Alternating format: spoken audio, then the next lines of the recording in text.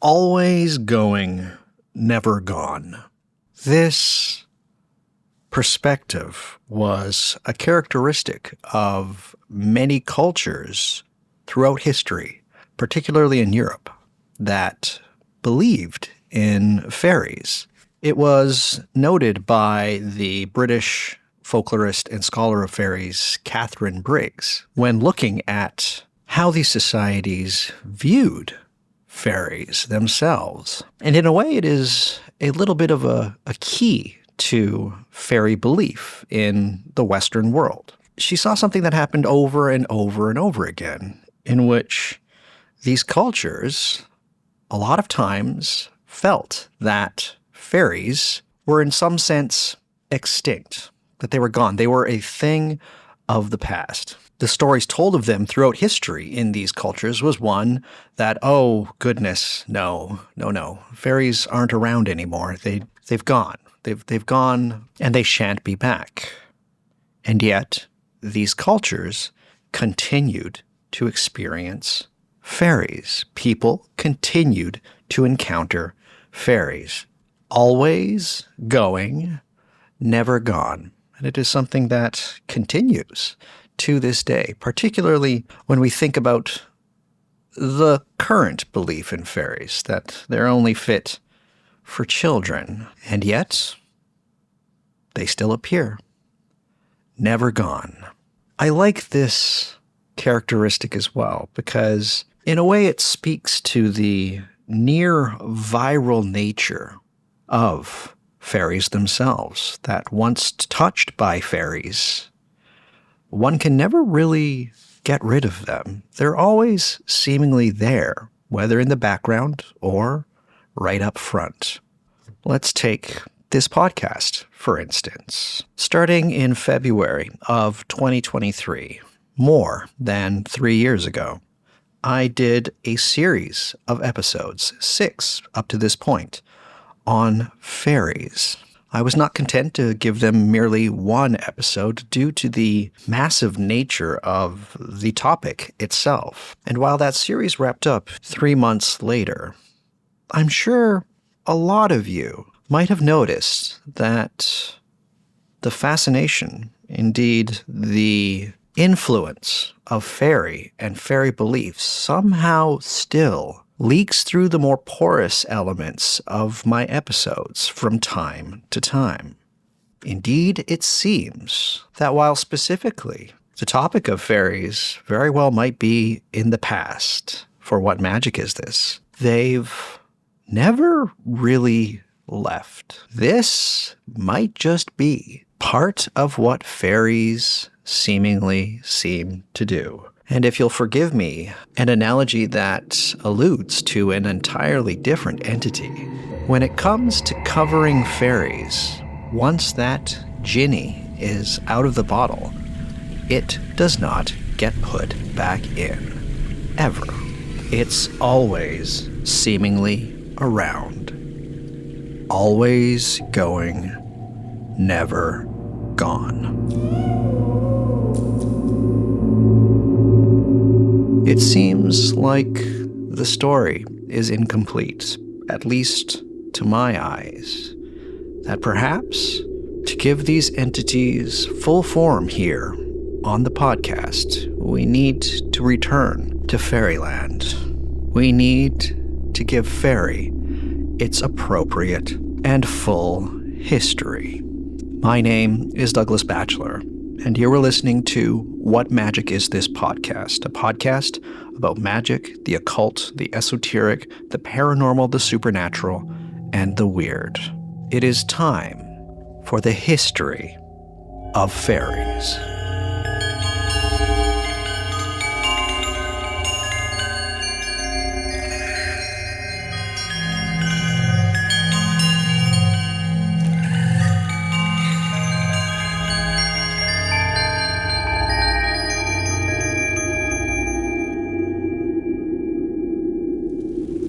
This episode of What Magic Is This Podcast is brought to you by the number 7. That's right, 7. After 6, before 8. Now why is that, you might ask? Well, There's a couple of reasons. 7 seems to be important to the whole way in which this episode came about.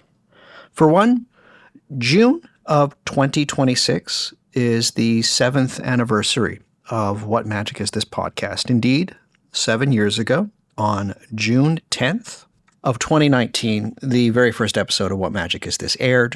It was about Discordianism. Seems like an absolute lifetime ago. You see, 7s have always been important to me.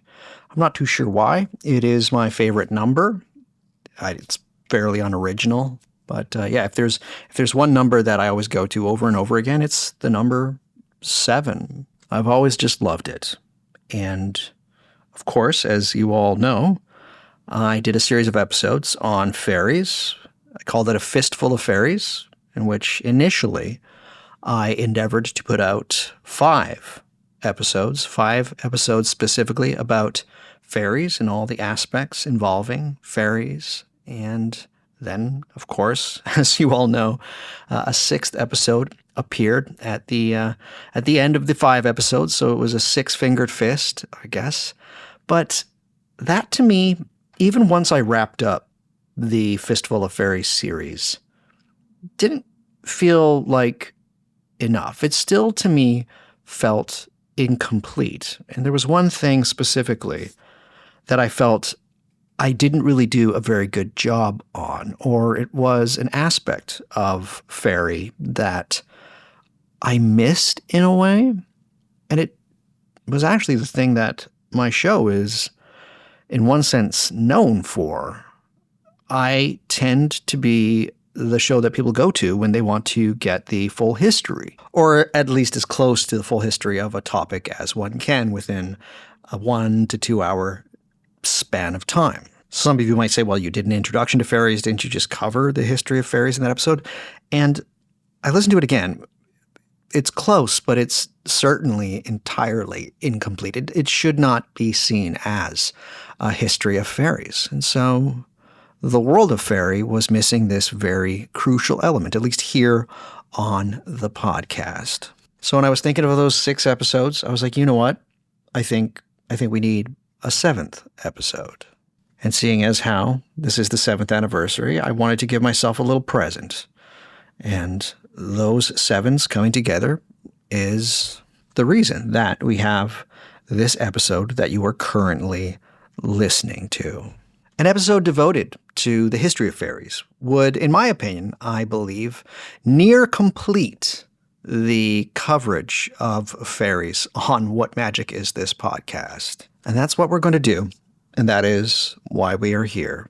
Now, lucky for me, and also lucky for you, everything in a way conspired to come together for this episode in the sense that the last guest that I had for the Fistful of Fairies series of episodes, one Dr. Francis Young, who I had on the Origins of British Fairies episode, has, in the meantime of the appearance of that episode, which was for a book that he wrote called Twilight of the Godlings, all the way until, well, early 2026, has written and produced a book.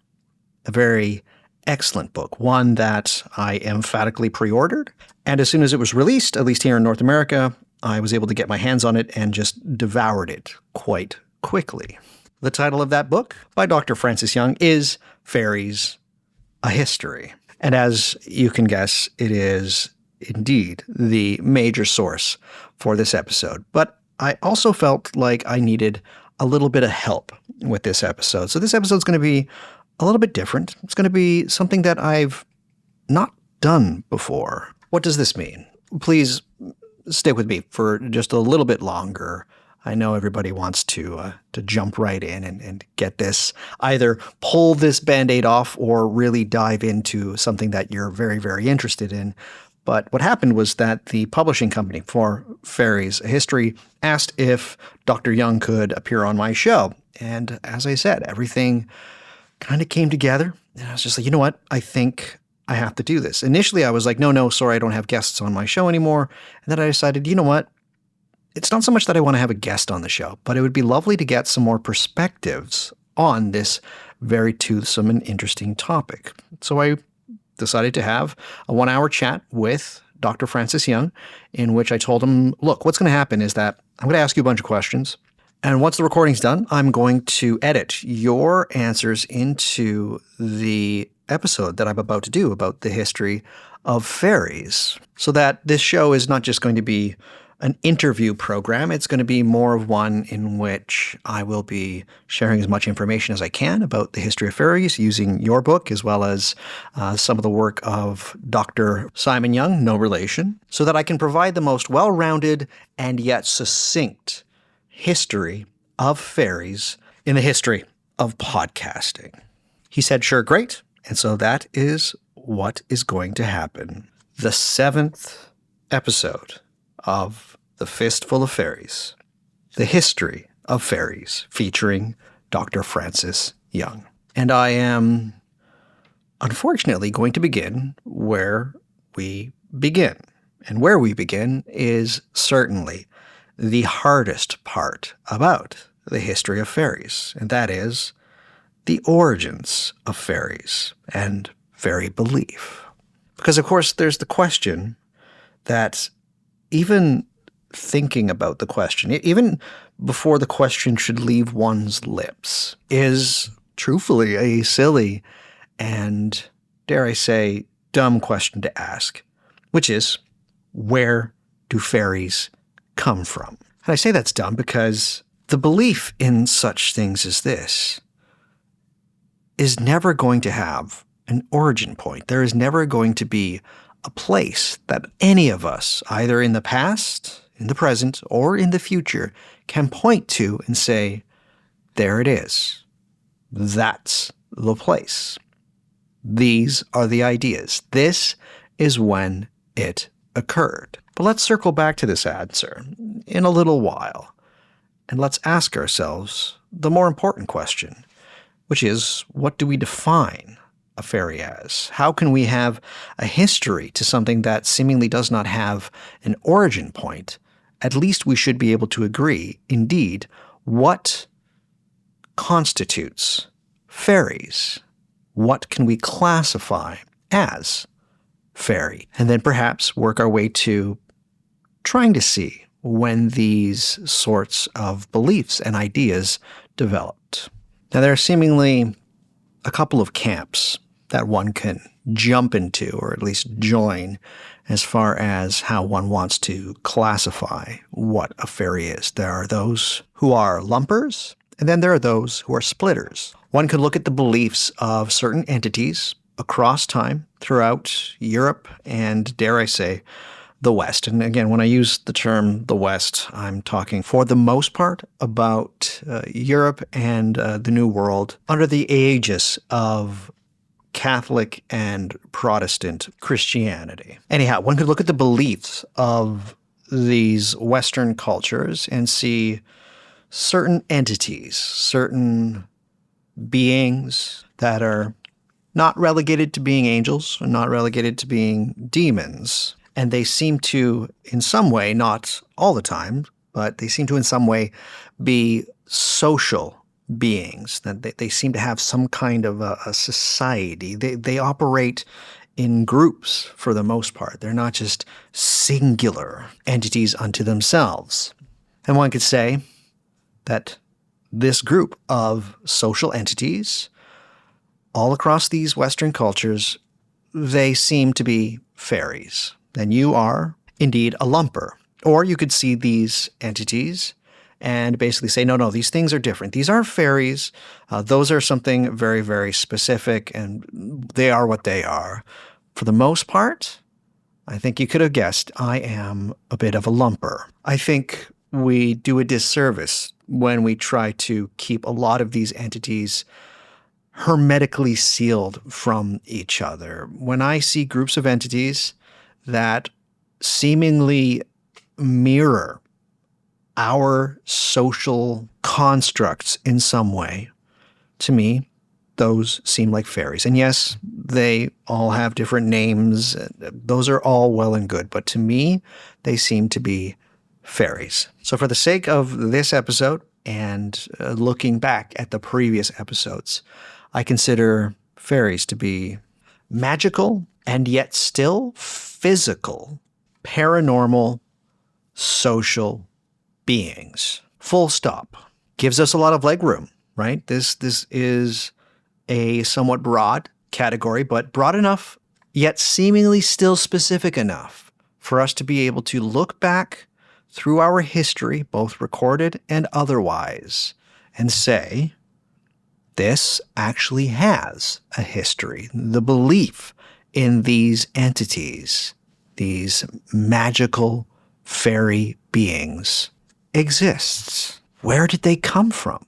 Where did these begin? It's always strange when one tries to do a history of anything supernatural or the paranormal, and especially when one tries to do something about entities that have been with us for a very long period of time that, again, we cannot find the origin point. We cannot point to the origin point.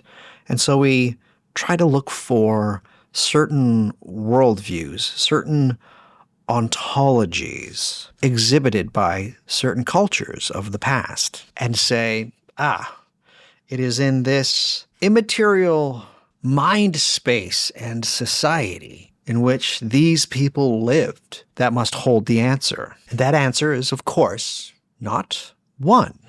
It cannot always be just one.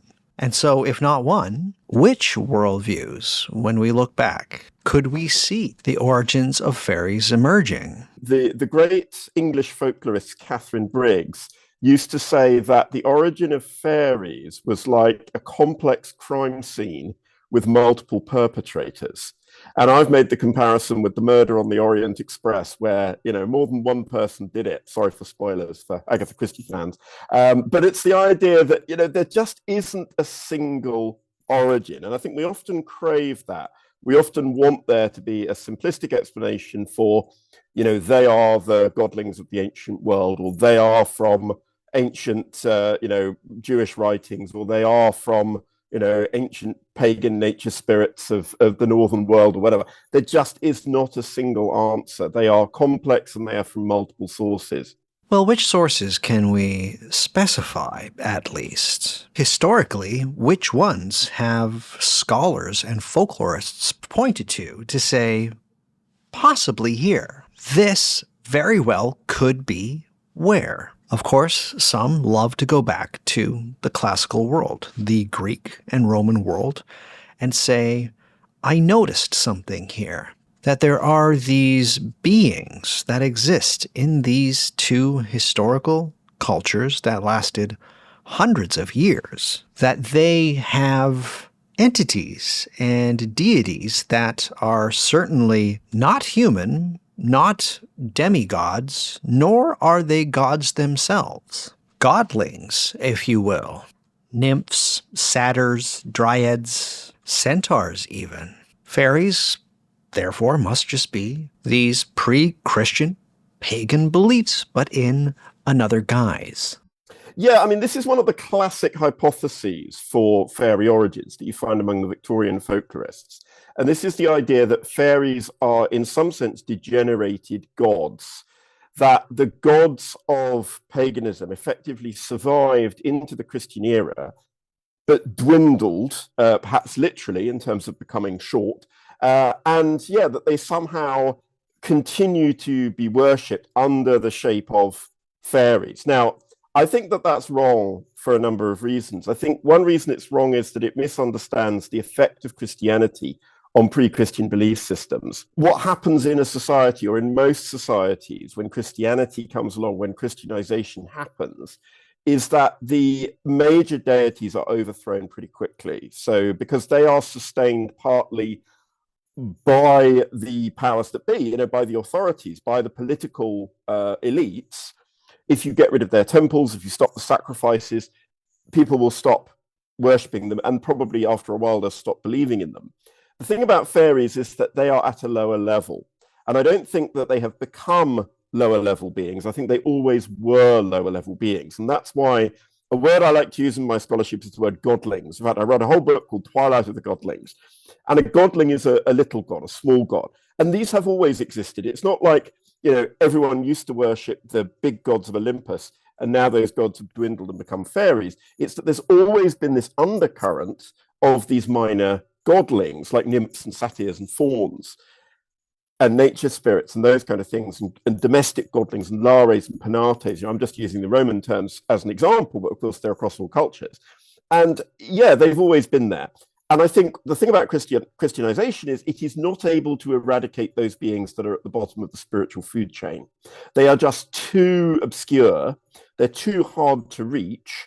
They are the dregs at the bottom of the barrel that it's really, really hard to scrape out, because they do some fairly earthy, basic tasks that Christianity is not great at doing, because Christianity is a very exalted, very ethereal religion that speaks to deep questions of existential and ontological questions, but it's not so good when it comes to explaining why your cattle have fallen ill, or why your milk has curdled, and why your butter won't form in the churn, and things like that. So yeah, I think fairies have always, in some sense, in the sense of being godlings, they've always been with us, although the form of those godlings has changed over time. So much for looking back to merely the classical world. Surely we must go further back than that. Some scholars, folklorists, and academics have. Perhaps it is to the world of the shaman, like those cave paintings we see, where, from what we think we see, these ancient cultures depict these people that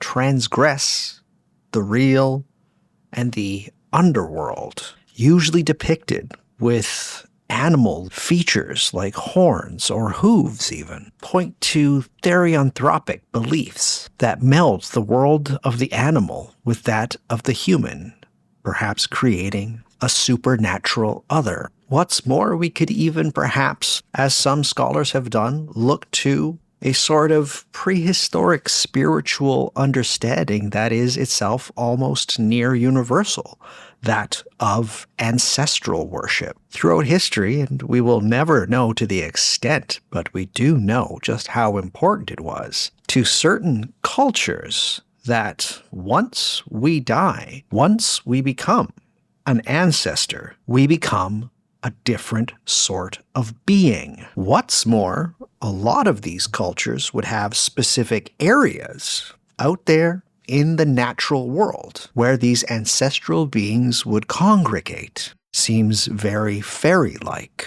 All of these ideas seem to be part of this origin puzzle, or dare I say, the crime scene. If there is one motive to the crime scene, one kind of overarching worldview that I think gives rise to something like fairies, it is my personal opinion that animism is indeed an excellent starting point. For those who are, perhaps by this point, still unfamiliar with the idea of animism, what it is to see personhood and life extended beyond that of man, plants, and animals. That things such as rivers and rocks have spirit, have an agency all their own, not unlike that we experience, but merely in a different way. Spirit is the key to animism. For the sake of simplicity, because we could spend quite a lot of time here, we have to be really careful not to overgeneralize specifically how human beings have expressed animism within their specific cultures and what that means about culture development. What we do see, though, is that, for the most part, a belief in what we can call animism has been almost near universal. It is seemingly something that we have done, and in some ways we continue to do. Yet how would this give rise to fairies? Let us adopt the notion, at least hypothetically for now, that animism is in some way a bedrock substrate within us and how we perceive the world around us. That no matter what material or technological changes occur, let alone the ontological or subjective worldviews adopted by cultures through the ages and going forward, a belief in the personhood extended beyond plants and animals will seemingly still be there. And yet, the dumb question about the origins of these beings remains, and unfortunately is, from my part at least, pragmatically rejected in some way. These things, as Dr. Francis Young has mentioned, are astoundingly complex. Searching for their origins is a frustrating one, and one that we will have to move on from. What we see when we divorce ourselves from trying to find these origins is a strangely sturdy will for the belief in social, supernatural entities to survive. Even when confronted, influenced, and impacted by other, more organized systems of belief. And in this case, that would be Christianity.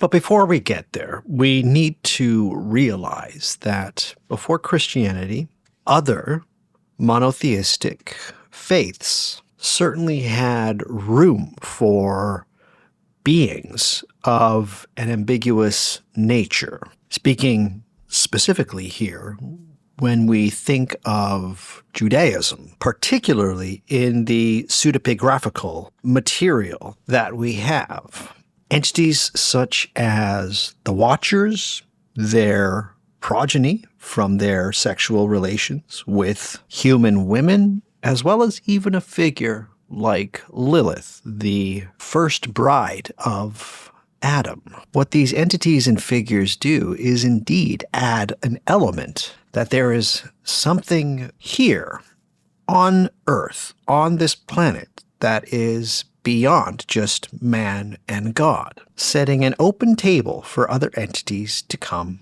and sup. Intermediate entities, if you will, even if the scenario itself is one of monotheism. To say that there were intermediate beings by the time the early Christian church and early Christianity begins to start to firm up is a bit of an understatement. The world into which Christianity began to take shape was one in which there was an orchestra of beings and entities, and no matter which way Christianity spread, they were always there. So how did the early developing Christian church, as well as early church fathers, view these ambiguous and intermediate entities? Well, no surprise to anyone, but the church seemed to take a hard-line dualist approach. Good and evil. That's right, they played the old angels-demon classifying game, which most of these were demons. You see, a major problem for a lot of these entities was that their behavior or even their names were not in the developing scripture. Having some kind of literary foundation that those who have the ability can point to is a very important thing as far as beliefs are concerned, and particularly for having room for these entities and the belief in them. By way of an example from another monotheistic faith, the entities known as jinn, which, while having numerous and very distinct differences to fairies, also in a way share quite a few similarities as intermediate entities, are mentioned in the religious scripture of Islam. There is space within both the religion and people's belief in them from the time of them being written down. And that belief goes straight to today. There is a scriptural precedent for the belief in jinn. Christianity does not have this. The fact that Christianity in its scriptures doesn't accommodate beings that fall into the category we might call fairies.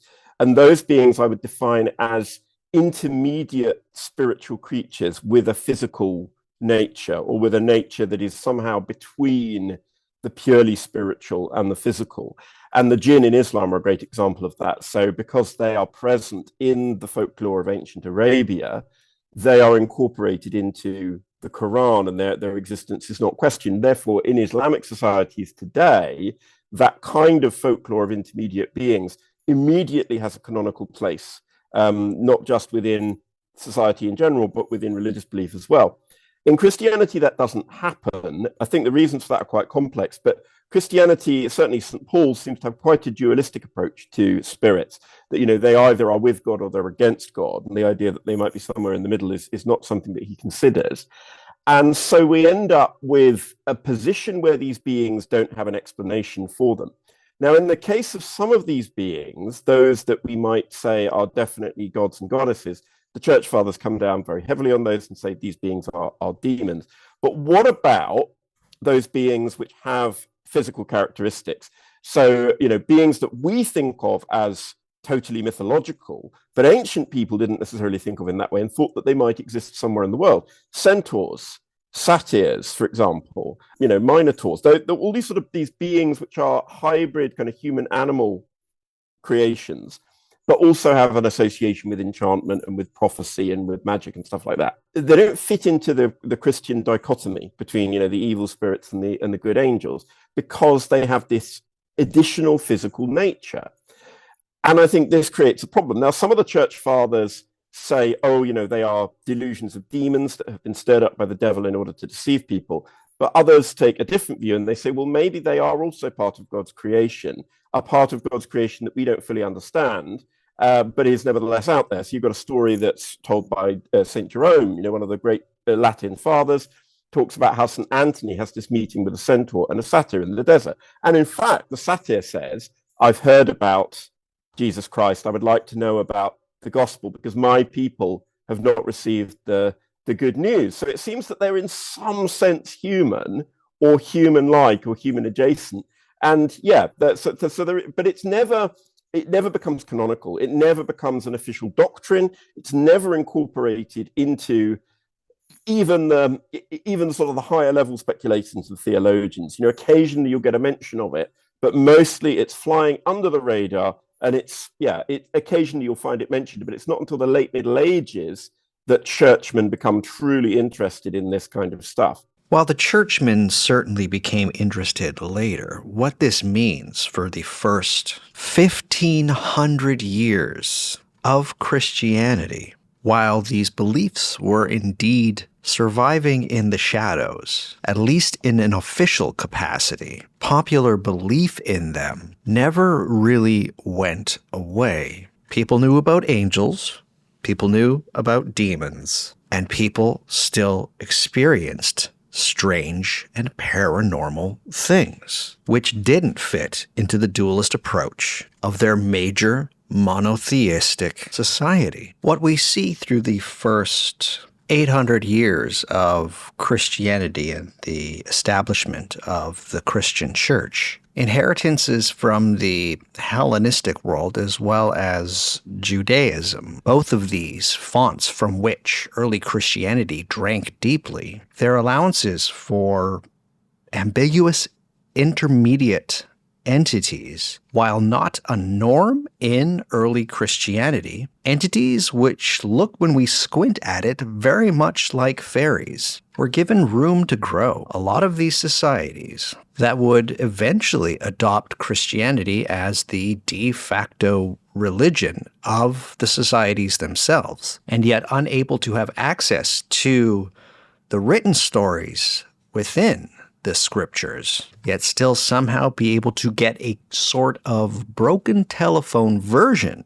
of the stories within what we now call the Bible, saw that there was indeed room for intermediate entities. If those existed, well, other forms of entity belief as well would crop up and flourish themselves. We have to be careful about the idea of something such as a pagan survival of beliefs in these entities. A lot of times, The belief in what we can call fairies started to take shape in and around the time and after widespread Christian conversion. Yet, what do intermediate and ambiguous society-based supernatural creatures look like in and around the time of what we can call now the Middle Ages? On one hand, you had a real proliferation of monsters, and again, there was leeway there because there was precedent for monsters in the Old Testament, particularly the offspring of the fallen angels and mortal women, which were said to be giants. But on the other side of the scale,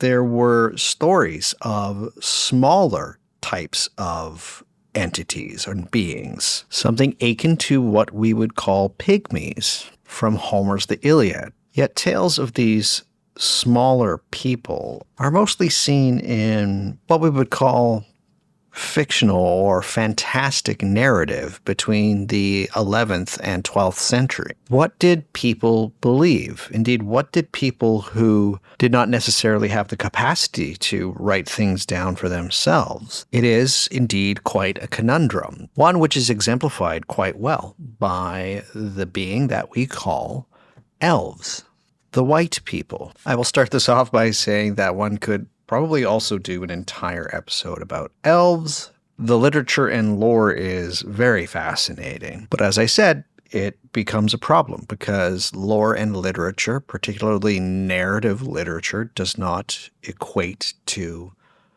belief. Sometimes it does, not all the time. What do we know about elves? Germanic. They were, instead of, as we have now, seen them as beings of wonderment and some kind of grandiose austerity. They were beings to be feared. Like our conceptions now, they were said to be quite beautiful, but that they could magically shoot you with what we even today call elf shot, which could cause sickness and in many cases death. Where did elves come from? What are their origins? To take from Dr. Francis Young's book, I quote, with a little bit of editing on my part, Alfir, or elves, they seem to have been demigods in the 6th century. The Aesir, or Old Norse ancestors, were glossed as semidios, or demigods, and the Aesir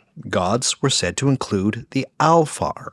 So perhaps the elves were once worshipped as deities. Some Icelandic sagas refer to sacrifices to the Alfar, although this could be an instance of inaccurate Christian back projection. Yet the Alfar and the Vanir, the Norse gods, were also referred to interchangeably in the Norse sagas, suggesting that the pre-Christian Norse may have regarded them as one and the same.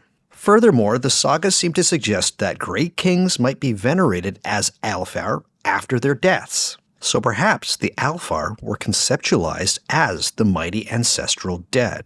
End quote. Here's where things get tricky, because a lot of scholars have looked at the history of elves, and they've said that a lot of times the things that look the most fairy-like about them, having a society that's, set aside from humans and that sort of thing, are all later developments past the late Middle Ages. Indeed, a lot of the characteristics and attributes that we'd recognize as being popular elf lore, particularly in a place like Anglo-Saxon England, which we see now as having a very distinct take on the elves. By the end of the Middle Ages, we just don't have any evidence that they have a lot of these fairy-like attributes. I use elves as an example because for the most part, there is this very odd thing that's happening where we're getting certain names for certain kinds of beings that are classified much later on than when they started to take shape.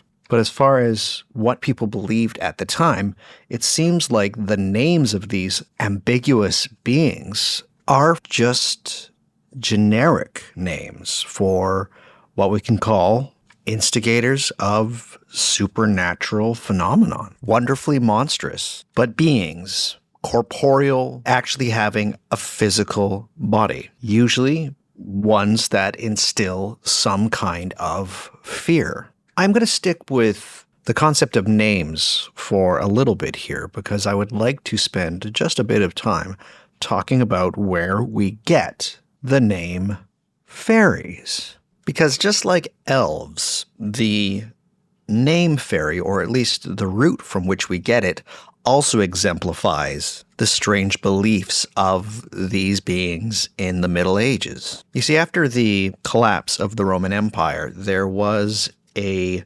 particular tradition that we see pop up in quite a number of places around Europe. They seem to be perhaps remnants isn't the greatest word, but I'll use it anyways. But the belief in three figures, three women, which in some way controlled the fate of people. And they did this by weaving threads. They were known as the parkai.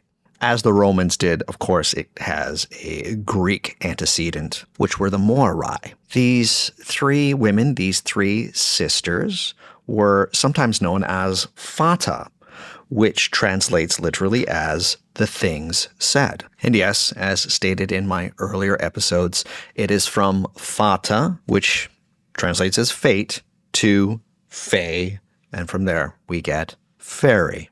But something happens with these parkai, and we see them in a way mirrored in different cultures. There's the Scandinavian Norns, the Leamis from the Baltic states, as well as the Scottish Weird Sisters. But we see through certain manuscripts these groups, usually of three women, somehow connected to fate, have other attributes applied to them. In one instance, we see that they can shapeshift into wolves, and that they are the Sylvan ones, who have the ability and will seduce young men who find themselves out alone in wild places. And as we get closer to the late Middle Ages, we see that this strange mixture of beliefs about this group of women is that they have the ability to steal babies and infants. What's more,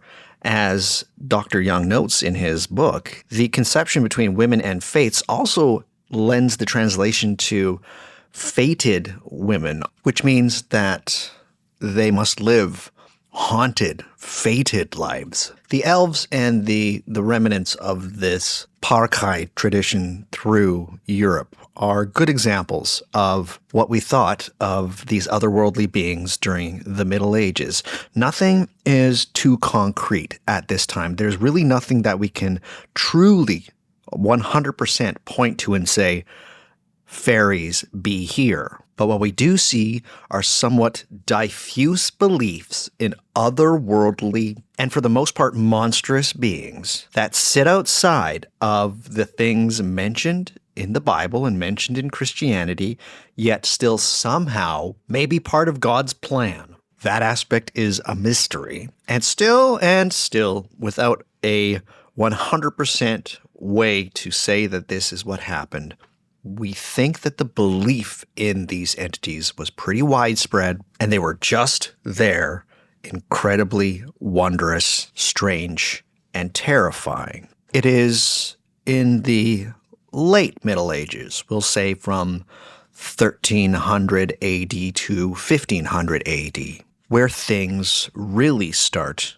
to firm up. And we usually start to see certain supernatural concepts firm up in and around Europe because the dominant belief system starts to take notice, and they start writing things down. The late Middle Ages are a key moment because I think it's when churchmen start to get interested in it, preachers start to mention it in sermons, mostly in a negative way of saying, you shouldn't be believing in this, or you shouldn't have anything to do with these beings if you meet them in the countryside. We also get church courts. Occasionally we'll be mentioning fairies. Again, this usually is in the context of, you shouldn't be believing this. This is a vain and deluded belief, that you're suffering some kind of demonic deception. But nevertheless, it's worthy of mention. And I think up to that point, it hadn't even been worthy of mention, partly because this stuff is so low level in society. And this is very much folk belief, which the clergy would consider themselves above even taking an interest in it. But I think what happens in the late Middle Ages is that clergy do take an interest in the lower orders and what they're believing, because there's a kind of a growth of fear that things might be fermenting at the lower end of society that could be spiritually damaging for the church as a whole, a kind of a whole shift of emphasis. And it's the same series of forces that really give rise in the late Middle Ages to persecution of people for witchcraft. Whereas up to that point, yes, people were brought before the church courts for witchcraft, but they are purely accused of believing in it. You know, believing in it is an error, is to be punished. But yeah, suddenly they're being brought before the church courts, actually being accused of being witches. So I think it's not the same thing. You know, I'm not saying that they are the same thing, but there is a connection there in terms of what I call a revolution of credulity in the late Middle Ages. So where churchmen are suddenly taking things seriously as literally true, which a few generations earlier, their predecessors would have regarded as mere delusion or illusion or superstition. It is an unfortunate byproduct of persecution that we get to understand what people actually believe. Yet the story of the history of fairies must also pay quite a bit of credence to fairies within stories themselves and literature. Let us talk for a moment about something that I find very fascinating and is probably one of my major points of interest. Just ask my Patreon supporters these days, which is a concept called ostension. Ostension was coined by none other than the author of Foucault's Pendulum and The Name of the Rose, Umberto Eco. And what it is the manifestation of aspects and themes within literature and art into actual belief, into things that people make to be real, and in a way, vice versa. Fairies, at least the stories around fairies, are a great example of this, particularly in the areas of interest on which the foundation of this show is set upon. More on that later. In the late Middle Ages, it seems that some of the beliefs around fairies don't really have a precedent before they appeared in literature, but from what we understand, at least some scholars seem to think that these tropes or aspects of the stories themselves later became what people believed to be possible by these entities called fairies. And by the way, from what we're given to understand, fairy first emerged as a word in literature. They were enormously popular within French vernacular romance literature, particularly in the 12th century, in which they acted as a kind of deus ex machina, a little dash or a sprinkling of these mysterious and powerful entities would wrap up the plot very quickly, and it would add a sense of wonder and fantasy to any story that they were part of. The best example of this kind of ostension occurring within popular belief, having its roots in story and literature beforehand, is the idea of a fairy queen, that there was some kind of a monarch, usually a woman, that had a retinue and a kingdom of beings of which they had dominion over. It started as story, and it eventually became part of belief. The 1-2 punch of the tales and the legends surrounded these otherworldly beings, as well as the instances in which these beings were being demonized and talked about by members of the clergy and the church, truly began to systematize and define the borders of what these beings could actually do. Indeed, not just that, but what they actually are and what role they had in people's lives. The two things in conjunction, these aren't the only things, but these are the major things, would, as the centuries rolled on in the late Middle Ages, play back and forth with each other, informing each other and influencing beliefs in tandem. It was in the late Middle Ages specifically where one of the most defining aspects of fairy lore came into existence. And that is not only the bounds being set for giving a name to this other world of which they belonged. To our modern conception, this would be a place that we would call fairyland. But the more important aspect of this place, in that there is some kind of a hierarchical society that exists for the entities there. Around about 1300, you've got a kind of infiltration of the literary romance tradition, which goes back quite a lot earlier, goes back to the 12th century, but it starts to infiltrate into folklore. This is what folklorists called ostension, when something which is in story or in literature starts to be somehow performed or believed in as being in the real world itself.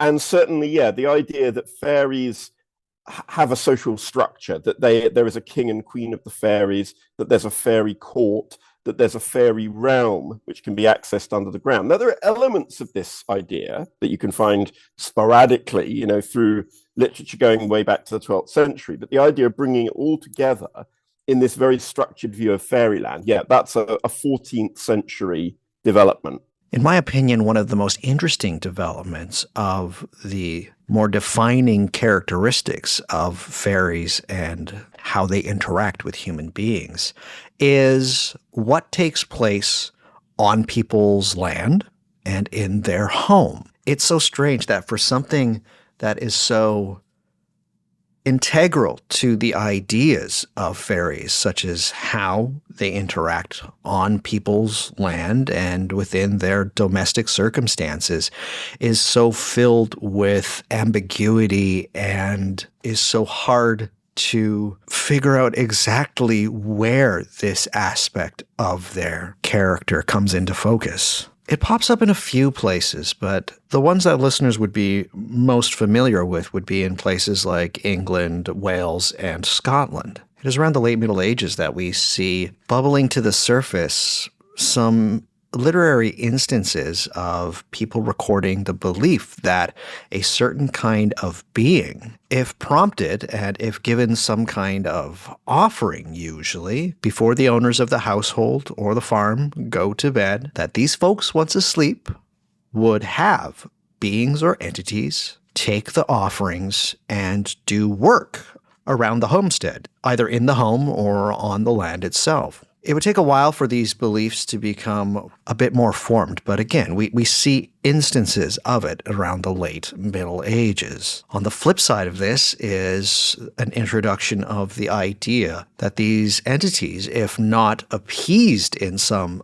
way, shape, or form, can actually wreak havoc in the home or on the farm or on the land. That they could be vengeful and malevolent, even if you don't really know how you're supposed to appease them. Just like the benign, helpful aspect of these entities, it would take some more time for these ideas to firm up, it seems. And within this idea of the chaos and havoc creating spirits is a behavior that would be fairly recognizable to people these days, yet put in a different name. I will return to this behavior and idea shortly.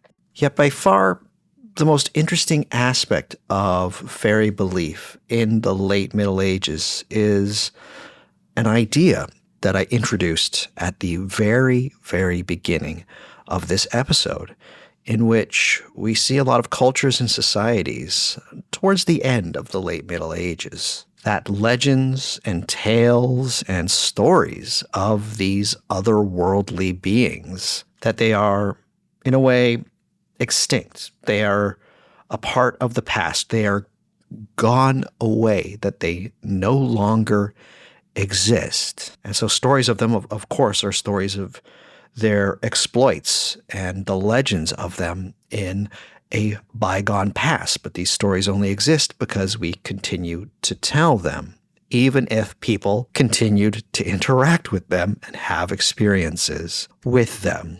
Once again, there is something delightful, at least to me, to the tension that seems to be inherent within these legends and tales and stories of the characteristic of these paranormal and supernatural entities having become extinct, or perhaps having existed and moved on and no longer part of this world. I just love that they are always going, and yet they are never gone. Yeah, the perpetual recession of the fairies. It's probably best known from Chaucer. So in Chaucer's Wife of Bath's Tale, in the prologue to that, the Wife of Bath talks about, in the old time of King Arthur, elves were everywhere. Fairies were everywhere. So this imagined past where the elves were, and then she says, now that all the friars have come along, now that all the priests have come along, they've driven the fairies away. Now it's partly satirical, but I think it does speak to this constant sense, which we find also very strongly pronounced among the 19th century and 20th century folklorists, in the stories that they record. They've always happened to somebody in the past. It was my grandmother.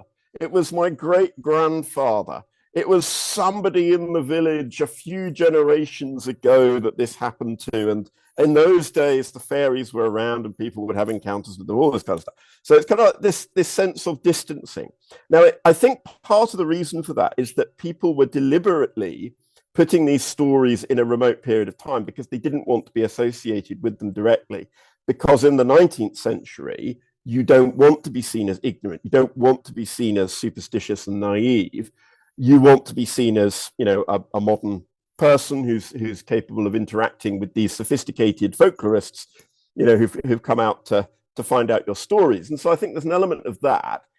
And I think also there's an element in which the fairies do come to represent past times. This is particularly true when you look at Elizabeth's reign and James's reign. So late 16th, early 17th century, people have this persistent association between fairies and the reign of Queen Mary, who of course had been a Catholic, the last Catholic Queen of England, that during her reign, somehow things were more superstitious, but they were also merrier. And I think the symbol, for example, of the fairies dancing around and the idea of beautiful fairies and the idea of fairies as a source of enchantment and magic, these positive associations of the fairies, they become kind of bound up with a sort of nostalgia for a medieval and Catholic England.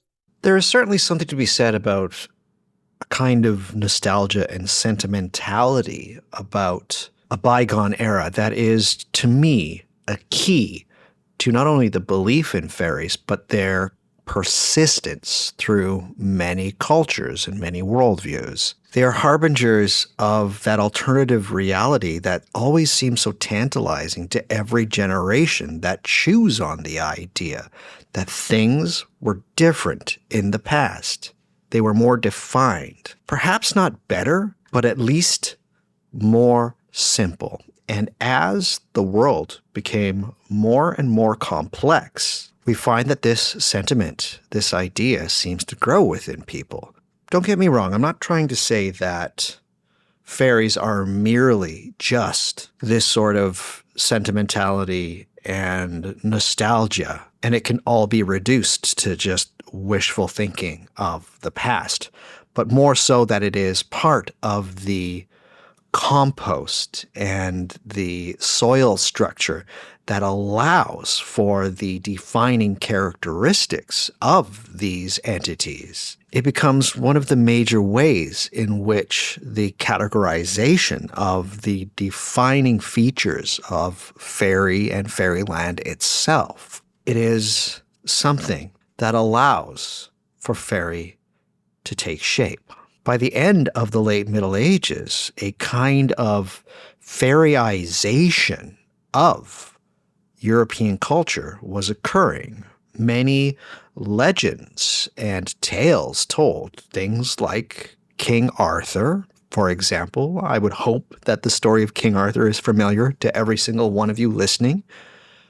By the end of the late Middle Ages, a healthy dose of fairy was added to these stories, which in turn aided in the transmission of that story, particularly within the English culture, within the English psyche. To quote Dr. Young once again, "Fairyland had the requisite ambiguity to make any story possible, and any story acceptable without raising troubling questions of theology. It allowed the weaving of playful narrative around non-human characters at one remove from contemporary concerns. In other words, where there was not that Christian duality of good and evil, of God and the saints and the angels, and on the flip side of that, the devils and the demons, the spaces in which these two aspects of Christian dualism did not reside, we see fairy flourish, and it grows by leaps and bounds, particularly as we head into the early modern period. We're looking now at the 16th century onwards. Pop quiz, everybody. What is the one historic event that occurred in the last 550 years that every single one of you need to know a lot about, because it affects every aspect of everything that we're interested in? Once again, that is the Protestant Reformation. And oh yes, it affected fairyland as well. Now, as we saw, well, to be specific, as we heard from Dr. Young earlier, the church began to take an interest in people's beliefs. That was nothing new by the time the Protestant Reformation occurred in the early 16th century. But what happened is that the accusations and the persecutions of these beliefs were suddenly, well, maybe suddenly is the wrong word, they eventually had the potential to become lethal, to become deadly. Let me be explicit. Witchcraft trials. These beliefs were things that you could be killed over. You see, the Protestant Reformation tended to aggrandize certain aspects of religious belief, and it got rid of a lot of things that it viewed to be archaic and pagan, particularly, as I mentioned earlier, this idea, as echoed by people like Reginald Scott, that Catholicism was in a way pagan, but even beyond that, and more pertinent to the story that we are going through today, the nascent Protestant beliefs looked at popular belief in fairies, and they became somewhat anxious that this belief in this other world and the denizens therein to be a holdover, not only of the old religion of Catholicism, but also of even older pagan belief that the Catholics were unable to eradicate. What occurred is that people started to take even more detailed accounts of what the ordinary folks in society actually believe. And again, for our purposes, this is part of that double-edged sword of persecution. For our purposes, it really shines a spotlight on what people believed fairies did and how they interacted in people's lives, but also to be used for persecution and killing people. Indeed, entities that we would classify as fairies featured predominantly in quite a few witchcraft trials. And something new occurred to fairyland in the early modern period that would also help with the persecution and the detailed accounts of fairy belief at this time. And that is the classicizing of fairies and fairyland. By that I mean people in the early modern period began to see the origins of these entities in the classical world of Greece and Rome. It's a really interesting development, which I think almost saves fairies and folklore, because without this tendency to see classical beings behind beings of folklore, I think the Puritans probably would have won out, and there would have been widespread suppression of fairy belief, of the kind that happened in Scotland, for example. So in Scotland, you've got a Witchcraft Act in 1563 that effectively makes it illegal to hold any form of superstition. So even believing in fairies, let alone interacting with them, could get you executed. for witchcraft. It's very, very severe indeed. Now, that doesn't happen in England. It doesn't happen in Ireland. And I think part of the reason it doesn't happen in England, for example, but I think you could also make comparisons here with Iceland and Scandinavia as well. I think it's true there, is that learned individuals are very interested in the classical world and they take it very seriously indeed. Even the gods of the classical world, which might seem paradoxical in the Reformation period, where, of course, people are deeply serious about their Christianity and eager to reform their Christianity and purify it. And yet this coincides with the Renaissance and it coincides with this renewal of interest in the classical world.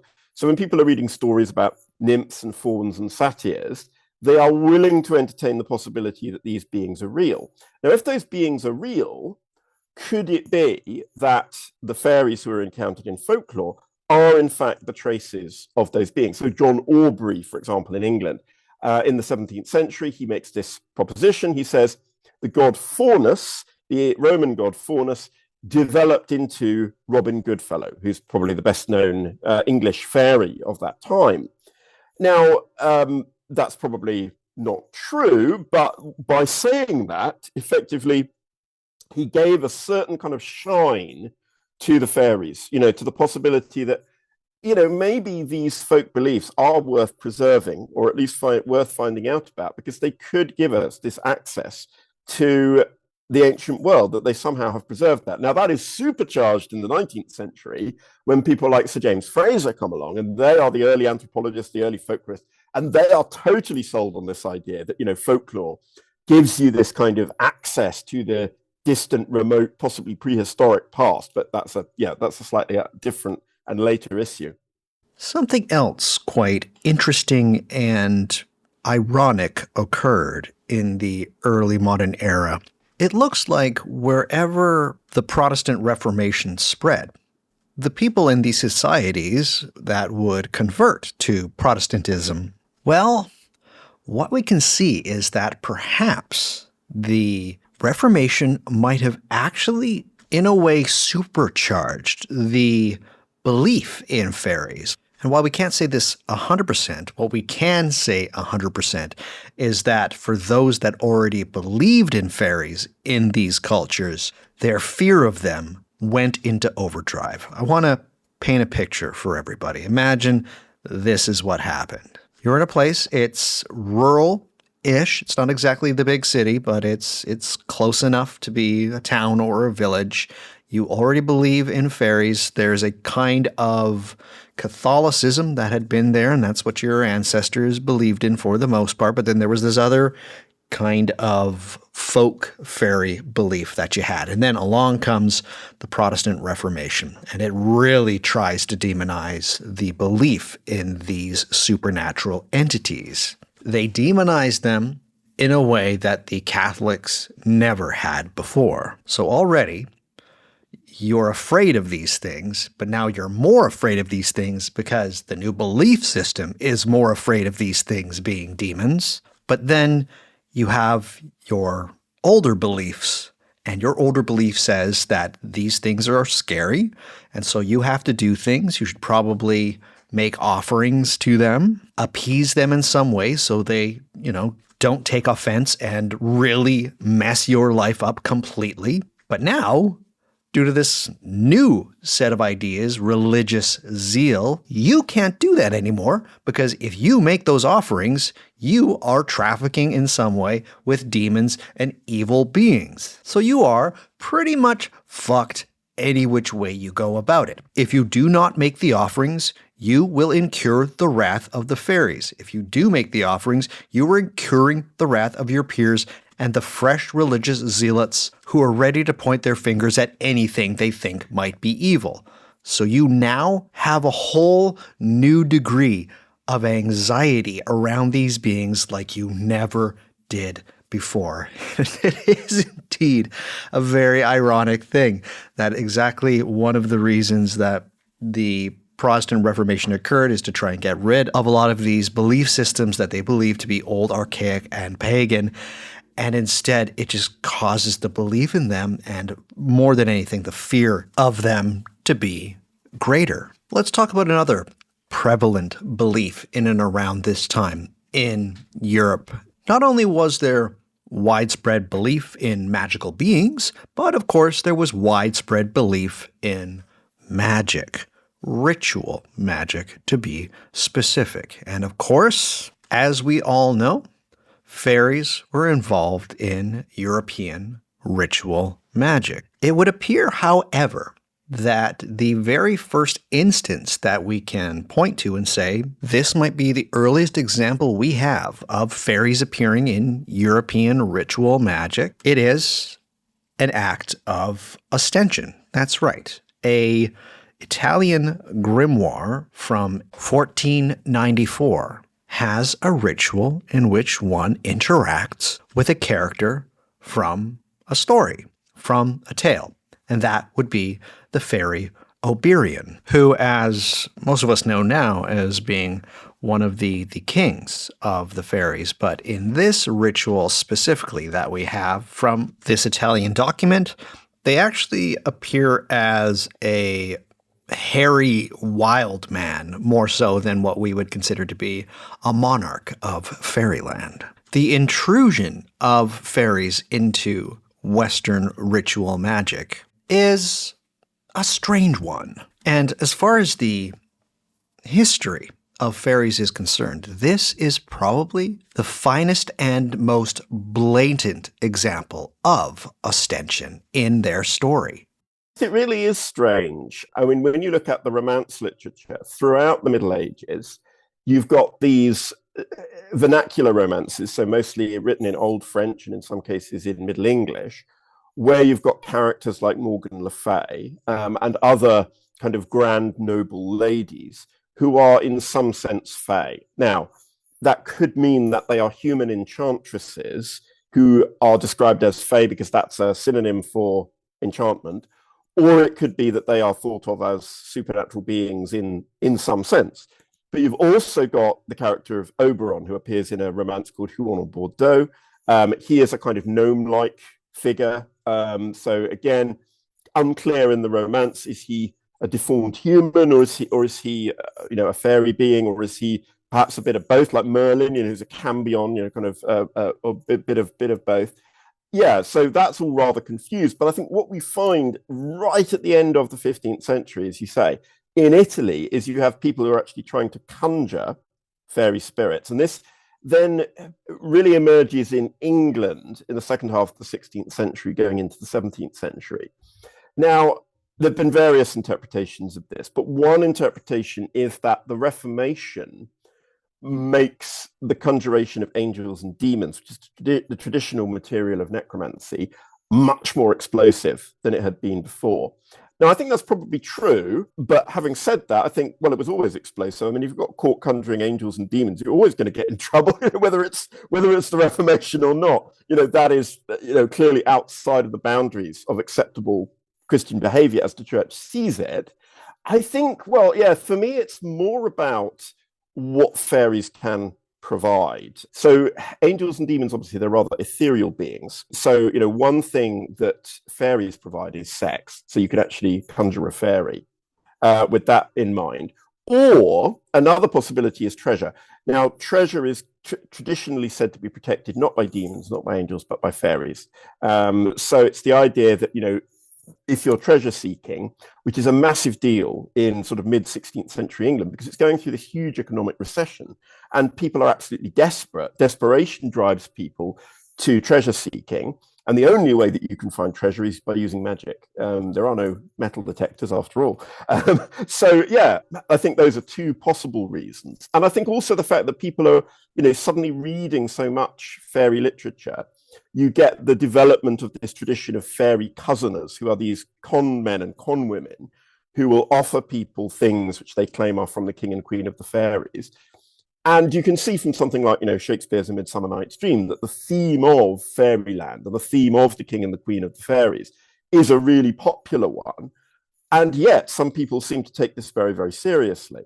What magic is this official person that you need to know, as well as grimoire translator Dan Harms, warns us that we have to be careful and not designate fairy ritual magic as its own category within early modern European ritual magic.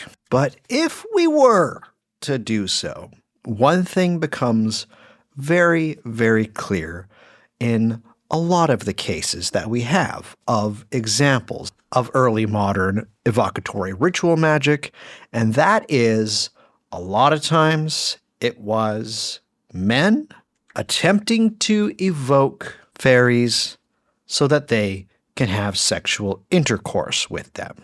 It's a big thing. And yes, Dr. Young is correct. And treasure hunting. So again, we go back to that Sam Block dictum that magic has always been about getting paid and getting laid. Well, if this category of fairy magic exists, we see it exemplified there quite well. And seeing as how fairies and Western ritual magic are an act of ostension, what does this say about the stories around the time? It's part of folklore in the sense that it's kind of turning the tables on the fairies, because in late medieval folklore, you've got preachers constantly warning people, don't go into the woods, don't go out into the fields, because there are fairy women or fairy men who are lurking there to seduce. So the idea that you're then actually engineering that through conjuration, it's a kind of a turning the tables on the fairies. But again, very transgressive, because most people would never have sought contact with fairies, because fairies are an object of fear. Right the way through this period, they are associated with absolute terror. So I don't think it's necessarily any less transgressive than trying to conjure angels and demons in that sense. During this period of time, the early modern era, some of the interactions with the entities that we associate with fairies and their kind become a little bit ambiguous. It's not entirely always terror. Sometimes good can come out of the interaction, even if the terror might be lurking somewhere in the background with these interactions.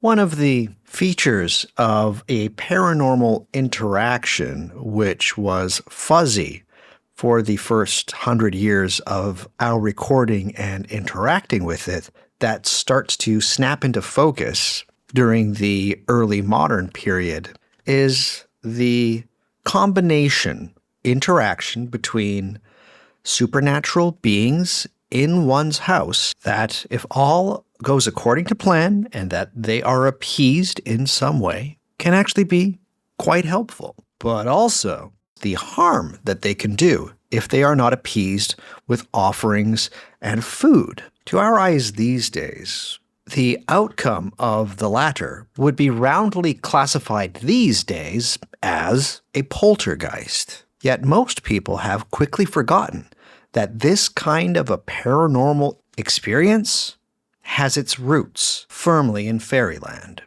When you go back to the 12th century, the earliest references to what we might call a poltergeist, which of course is a much later term borrowed from German, they are referred to as follets, esprit follet in French, which is sort of tricksy spirits, essentially, spirits that make a fool of you.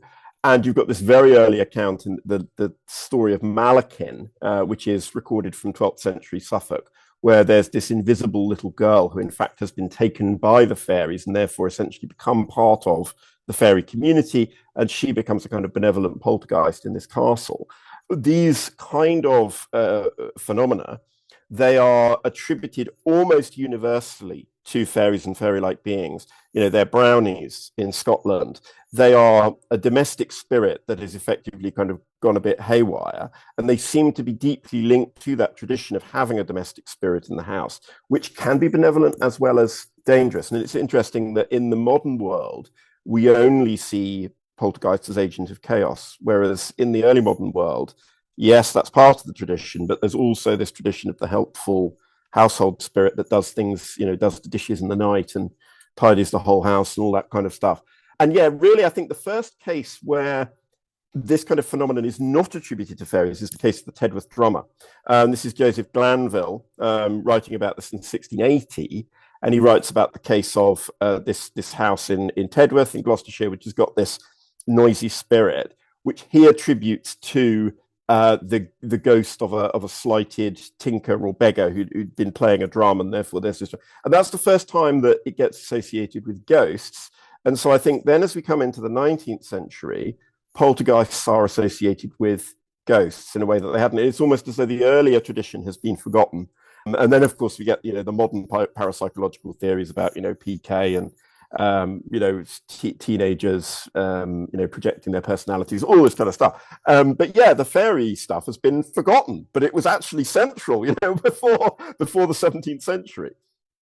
For a lot of people nowadays, looking back at this period of time, the early modern period, that the period of time after the late Middle Ages and right before the European Enlightenment, that apart from when people think of the stereotypical modern fairy, small, usually female, with wings and a wand, which is relegated more to the late 19th, early 20th century. Yet for those who have gone beyond, the small winged fairy, a lot of historians and people interested in fairies will equate them the most with this early modern era. And they do this for good reason. As mentioned earlier, we have far more instances of people's beliefs being recorded in a kind of proto-folkloric fashion.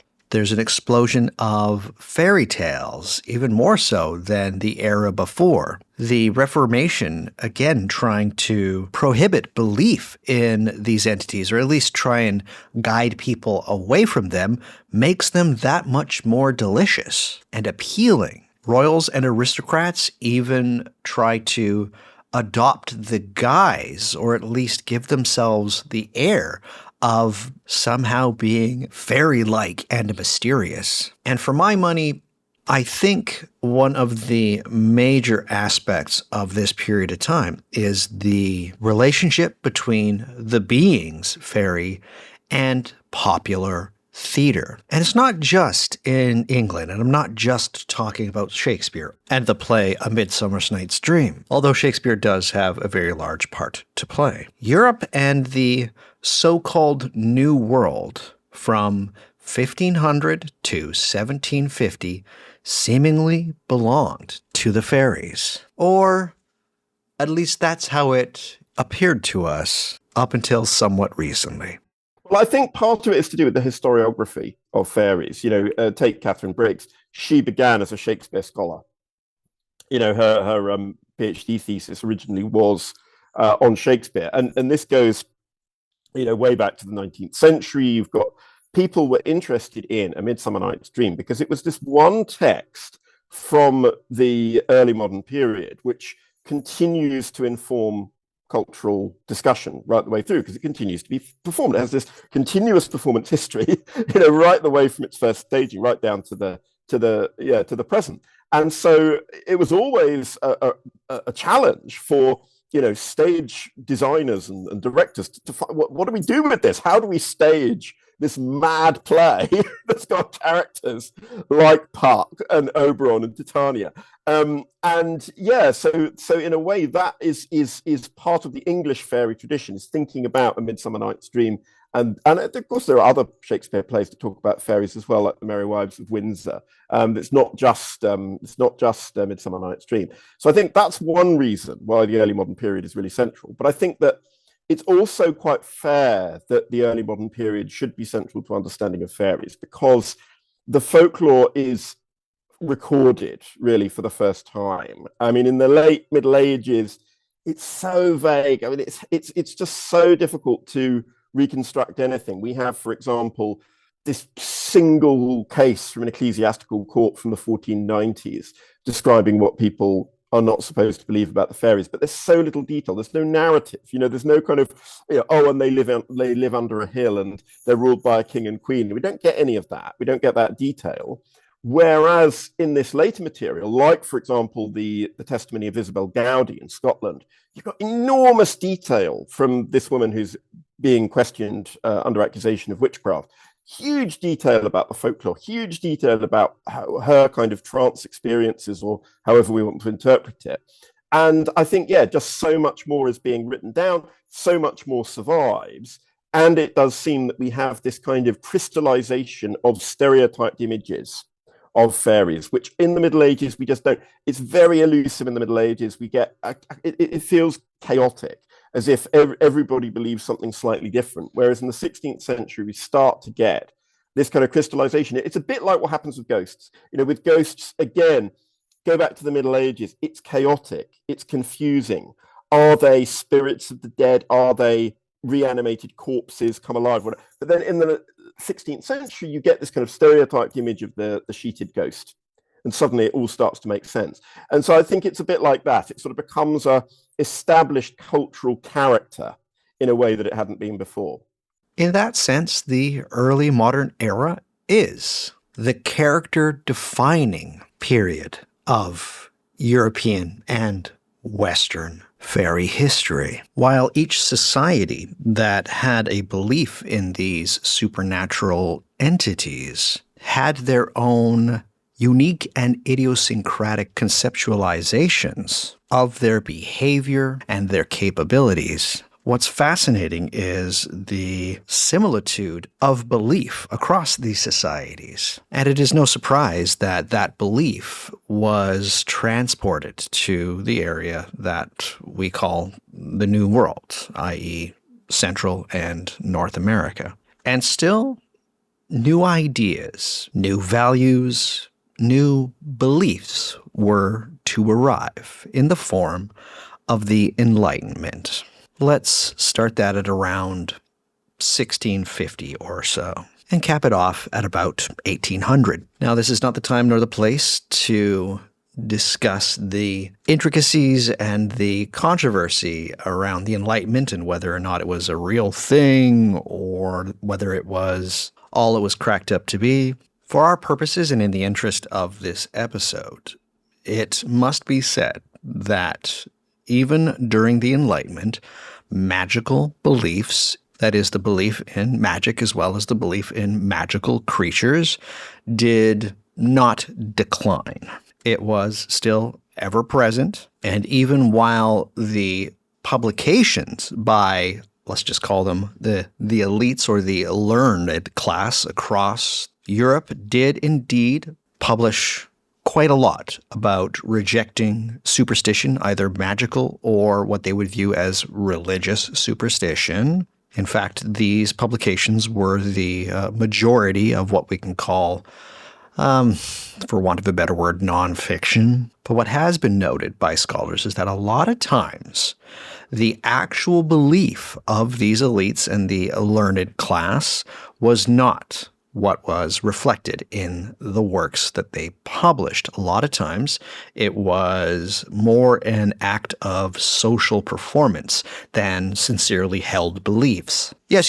Superstition is superstition. It's all crazy and it's all nonsense. It's all and here's a book that I've put out that says this. Look at me. Look at how enlightened I am. Yet on the other hand, quite a number of those that would publish such material were also insatiably interested in magic, the occult, and in such things as fairies.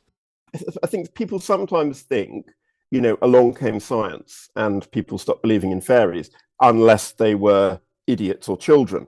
It's a bit more complicated than that. I think the first period when we can say that the consensus that fairies were probably real, or at least were potentially real, starts to break down is the late 17th century.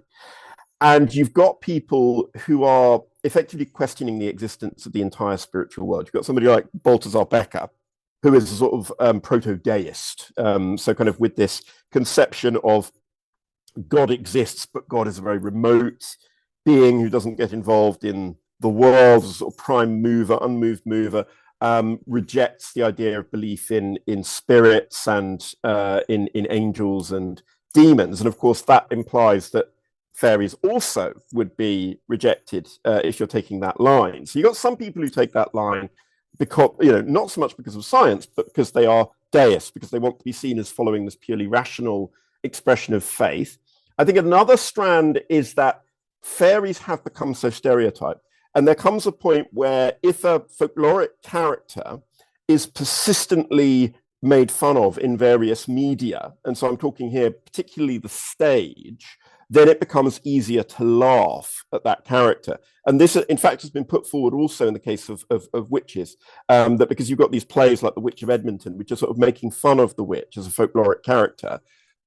If people are laughing, they're not going to take it as seriously when they leave the theatre. And so one possible reason why judges, for example, become very reluctant to accept evidence in witchcraft trials is because they just find the whole thing a bit ridiculous because they've been exposed to this stage representations.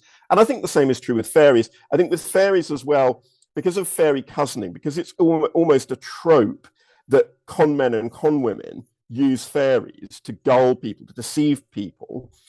It's just, one of those things in the same way that, we might joke about, certain kinds of fraudsters who always adopt the same personas, in order to deceive you, and always tell the same stories. I think it's the same in the 17th century. And so that's the reason people don't take fairies seriously. But having said that, I think there's also a strand of people who do take fairies seriously. And Robert Kirk would be a good example of that. So in 1691, he writes The Secret Commonwealth. He's a Presbyterian minister in Scotland. He is really interested in parishioners in his parish who say, I have the second sight, which is this Gaelic belief in clairvoyance, effectively. I can see fairies. I can see this invisible parallel population that lives among us. And Kirk doesn't dismiss this because from both a religious point of view and a scientific point of view, he's really interested. From a religious point of view, he says, well, could this be like the prophets of the Old Testament, ability to see the unseen? And from a scientific point of view, he is friends with Robert Boyle. He is friends with members of the Royal Society. He goes to London to Royal Society meetings. He is not some obscure, kind of country bumpkin. He says, well, we don't understand sense perception. We are only just starting to make sense of what human beings are capable of recording through their senses. Do we all have the same sense perceptions, or do some of us have this extra sensory perception? And yeah, it's perfectly reasonable, in the context of Enlightenment thinking, to have these thoughts. And yeah, you've got other people like Moses Pitt. He is the official printer to the Royal Society. He writes a book about fairies as well. So there are these kind of, it's not mainstream, but there are people who are deeply involved in the Enlightenment who actually take this stuff very seriously. So it goes both ways. I think if I was to sum up the most interesting aspect and inheritance from the Enlightenment on fairy belief, it was the seeking to find some kind of sense of the natural within the supernatural, which is why I think, as Dr. Young mentioned, such a great example of this is Robert Kirk's The Secret Commonwealth. It is, for want of a better term, scientific in its ambitions. It is seeking to try and find out more about something that people considered natural, which would be second sight, the ability to foretell the future. And by the very act of attempting to find out if this was indeed a natural phenomena, which it was considered to be, particularly in Scotland at the time. And in order to do that,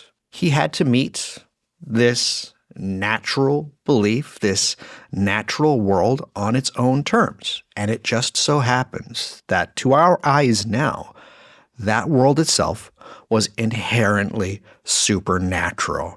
As Dr. Young explained, a lot of people that we would consider to be the forerunners of a kind of scientific, objective worldview had their heads deeply within a subjective, supernatural reality. In any case, what this did is just provided a different way of looking at the world in which they lived in. And for our benefit, what it did was add to the tapestry and the story and the legends of these beings. This want and this drive to seek the natural in the supernatural gave rise to a cultural phenomenon that we have used as a word and is seemingly synonymous with the study of fairy belief throughout history. I say this without any kind of irony or hyperbole whatsoever. Folklore does not exist if not for the belief in fairies. Period. Now, the term itself took quite some time to be coined, I believe, in the middle of the 19th century. But before that, what we had was called, at least in England, popular antiquities. During the Enlightenment, and particularly towards the close of the Enlightenment, we're just going to say 1800, people became interested in what people believed. To be more specific, those who we would consider to be Enlightenment thinkers now were interested in folk culture for its own sake. It would take a little bit of time before this pursuit became popular and turned into the folklore and folkloric studies that we would know and recognize today. But it had its roots, certainly, in the period of time that we call the Enlightenment. One of the major outcomes of this period that we would call the Enlightenment was the decline of Christianity being the main framework or reality tunnel by which people understood the world. By the end of the so-called Enlightenment and the beginning of the 19th century, what to us, probably from the outset, should have been the decline in the belief of fairies turned out to be, yet again, the opposite. They seem to have been the beneficiaries of people no longer believing that the church and Christianity had as much power as they'd been convincing people through the millennia. The association with these beliefs and with the entities themselves as being demons was, for the most part, jettisoned almost entirely. And as these societies became a little looser due to the emerging secularism, fairies once again reaped this boon. The pendulum is always swinging, and for the hyper-rationalism that occurred, performative or not, during the Enlightenment, there was an inevitable swing against it. The allure of the romance of fairies, as well as seeing fairies as somehow part of a culture's uniqueness, began to be adopted by, well, let's just say, the people that consider themselves the real movers and shakers within these cultures. Elite figures within European art and literature began to entertain the ideas that the reality that a lot of people lived with currently, but also within the past, of the reality of these fairies is perhaps a reality that they could entertain. It's hard for us to understand in a world that is still, in my opinion, reeling from the, I don't know, I'm just going to say the cultural wreckage of hipster irony. But it does seem that these elite figures weren't only entertaining it for sentimental or nostalgic purposes, which again are part of the powers of the fairies themselves, but that fairy belief in a culture was important. It has been called by scholar Carol Silver as a sort of trickle up of fairy belief. It is this period of time from, let's say, 1800 to 1950, which gave birth to both the richest as well as varied period of fairy belief. And it goes without saying that this is the time period from which most of our popular conceptions of fairies comes from. If you were to ask a person in the street what they think about fairies, they would be referencing a conception that was birthed during this time period. Usually, much to the chagrin of a lot of us. Unfortunately, due to, well, this episode not being longer than it needs to be, Just like Dr. Young in his book, I can't go through every single one of the artistic, literary, theater, all of the artistic representations, which saw an incredible explosion in this period of time involving fairies. Probably the most exceptional of these being the Romantic movement, and highest of these, of the ones that championed fairies. Indeed, they regularly saw fairies, was the poet and mystic, and I'm just going to call him my boy, William Blake, who would tell people all the time that, yes, there were fairies in his garden, and the different instances where he'd be like, oh, yes, there were fairies here, fairies there. And he really meaned it, man. Like, for truly, I'm not saying that. He saw fairies. All of this is to say that the impact of fairies on art was unsurpassed than at any other point in history, even more so than that time period where every story just seemed to have fairies as a deus ex machina. During this period of time, from 1800 to 1950 or so, fairies had an astounding impact on our arts and our aesthetics. And I want people to realize, because I think a lot of people will say that on this episode, I'm prioritizing the English and American fairy more so than that of Eastern Europe or otherwise. That's not true. This impact is felt through pretty much almost every European or Western society. It's just that a lot of the examples that we have tend to be English because, well, I hate to say it, they're just very good examples.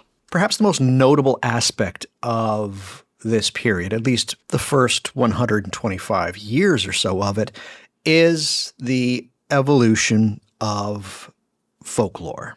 One of the more interesting games that was played, and people actually took this very, very seriously, was one that there was this idea that fairies could be explained as having been some kind of indigenous relic population or society in Europe. Indeed, this idea goes all the way back to the Middle Ages, where people tended to think that the monsters that they encountered, again, quite fuzzy. They're not exactly fairies in the Middle Ages. And what names we do have that are somewhat fairy-like, it's just very broad. But they believed that these were relic populations of a society that has dimmed somewhat, almost in a cryptozoological way, if you will. The 19th century, in the words of Dr. Francis Young, took this idea and supercharged it. A lot of things are in the mix around this period of time, including Darwin's Origin of Species, and people were starting to wonder whether or not these newly discovered races, through such things as rampant colonialism, were human beings, just like they were human beings. It's just, I know it's so racist to us right now, but we have to understand that this was what was just going on. And so we get something called pygmy theory, which applies to fairies. The idea here is that fairy lore, as it was encountered by these nascent folklorists, is broken telephone folk memory of peoples that no longer exist in Europe or are driven into the hills or all of those kinds of things. Now, I'm not saying that the early folklorists were dumb. Far from it. They were doing something that had truly never really been done at all in a popular and serious sense. But what we see happening here is, while not damaging to fairies and their belief, it's just probably not representative of what people actually believed about fairies, but they basically accepted anybody's stories as being true and unchanged since the olden ancient days. So if they would question some old woman in a rural village, a lot of times, this is not an exaggeration, The early folklorists were people in cities going to rural villages, usually in England, Wales, Cornwall, Scotland, wherever. And they would talk to these people who would tell them stories. Of course, we have no idea where they got these stories or whether they were just made up or whether they were actually indicative of beliefs. And they would just think that this story that's being told to me goes back thousands of years to a pre-Christian era. This behavior went on and was the norm for the most part for well over 100 years. And while there are certainly outliers and people that did not do this, they were, again, the vast minority. What also happened, and we can't really fault them for this because, again, this is very, very new, is that each one of these early folklorists, when they would encounter these stories, would then have interpretations of their own as to things like the origin of fairies, or even bringing back the question and the idea of where fairies came from. A lot of times these would be biblical. The whole fallen angel conundrum comes right back into it, as does just a lot of the older perceptions, which for some reason these folklorists thought were new perceptions. But again, there's really nothing new under the sun as far as fairies are concerned. The explosion of this idea of collecting tales and folklore had another outcome, which is that these stories, which remained somewhat rural and, I'm not going to say fringe, but present, but kept under wraps for the most part, suddenly became part of mass popular culture. They became, to quote Dr. Young, acceptable, readily understandable, illustrated, and often child-friendly. And before we get to what I'm going to say as the big fairy event, I would like to give the final word to Dr. Francis Young regarding the folklore from this period of time, who says, "The folklorists did much to preserve traditions that would have otherwise gone unrecorded, but their legacy is a mixed one. They brought their own interpretations to bear on folk traditions, they did not always record or retell tales accurately or truthfully, and they often came to folklore with an agenda. Above all, they often took stories far more seriously than the storytellers themselves, and thereby missed the humor, playfulness, and creativity of the traditions they were attempting to record." I will speak from personal experience that when you get your hands on some of the earlier folkloric conceptions of fairies straight from these folklorists, their notes and the things that they have written about these beliefs, they are very variable as far as how much information you can glean from them. While not necessarily a literary tradition in and of itself, early folkloric takes on fairies are really quite distinct, even if the information is less than useful. We must step inside the 20th century to the point where basically everything about belief in these beings comes to a head. Every aspect of this story, for good and ill, leads to one singular place and 5 photographs. And that place was Cottingley, West Yorkshire, in England. It's hard to summarize quickly everything that took place. And indeed, Cottingley has been covered on the podcast before in the Introduction to Fairies episode. But for those that need a pleasant reminder, what began in July of 1917, 2 cousins, Elsie Wright and Frances Griffiths, took some photographs next to Cottingley Beck, a place where both would admit to Frances's mother that they would go to see fairies. To prove that this was true, they borrowed a camera from Elsie's father and they took some pictures. There would be 5 photos in total, taken in 3 different circumstances. And eventually, These photographs, through circumstance and coincidence, would find their way into being published in the Strand magazine in 1920, and they would be championed by the author and creator of perhaps the greatest fictional hero of all time. That would be Sherlock Holmes, the creation of Arthur Conan Doyle. The photos caused somewhat of a sensation, with many, if not most, that encountered the photographs believing that it was just a childish hoax. Both cousins, for 60 years, maintained that the photographs were real up until about the 80s, when eventually, and a couple of years apart, both cousins, Frances and Elsie, would admit that they had concocted the whole thing. For the skeptics, this all seemed too little, too late. To them, it seemed like the most obvious hoax from the very beginning. Well, first of all, I think it's important that we are careful about some of the words we use about Cottingley. People throw around the word hoax.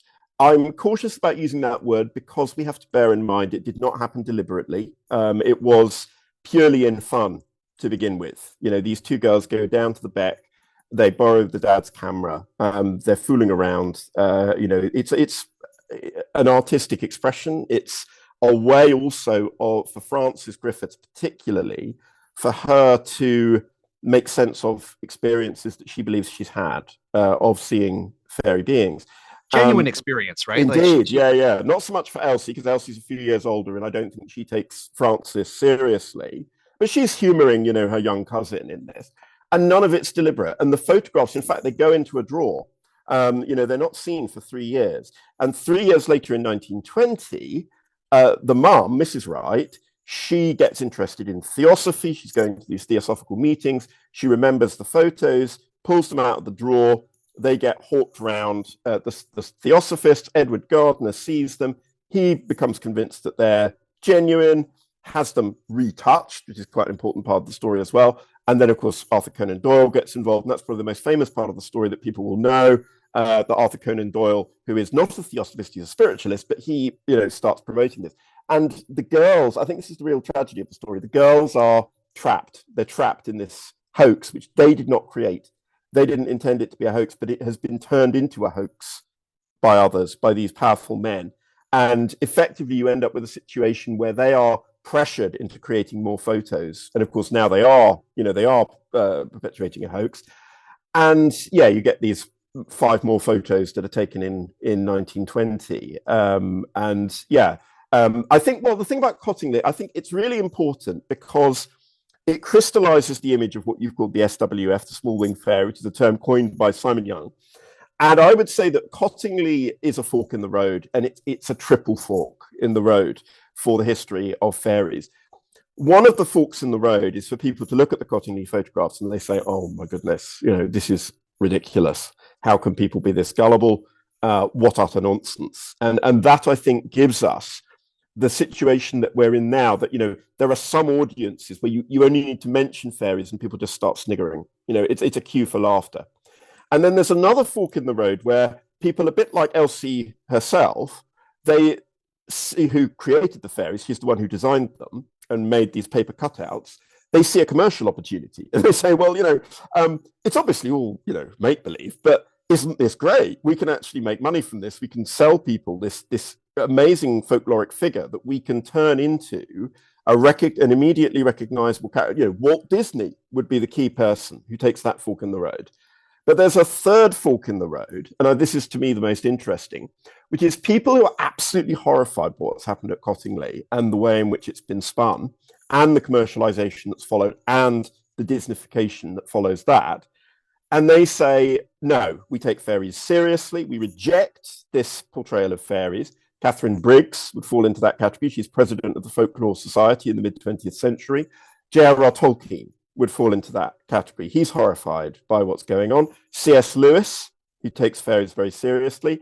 Arthur Machen, as an example of another literary figure, writer of weird fiction, takes fairies very seriously.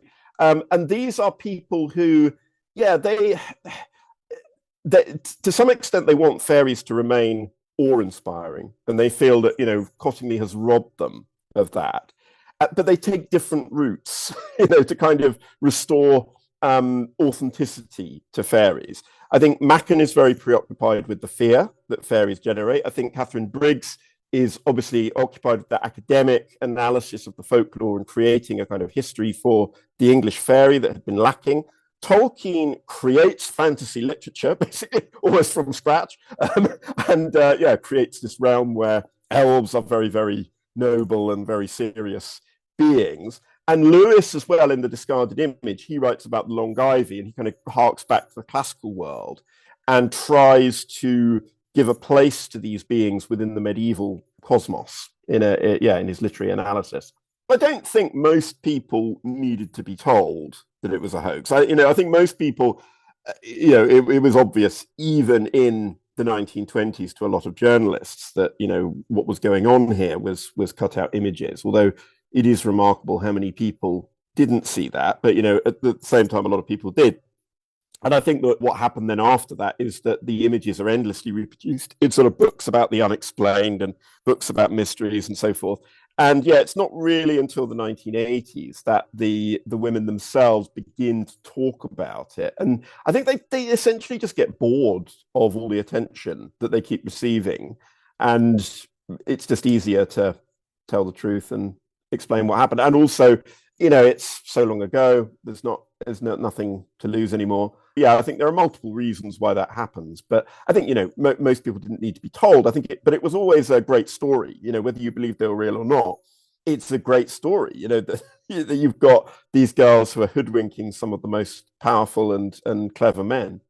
It is my personal opinion that we have seen the first two forks that Dr. Young had mentioned earlier regarding the fallout of the Cottingley Fairies come to their inevitable conclusions.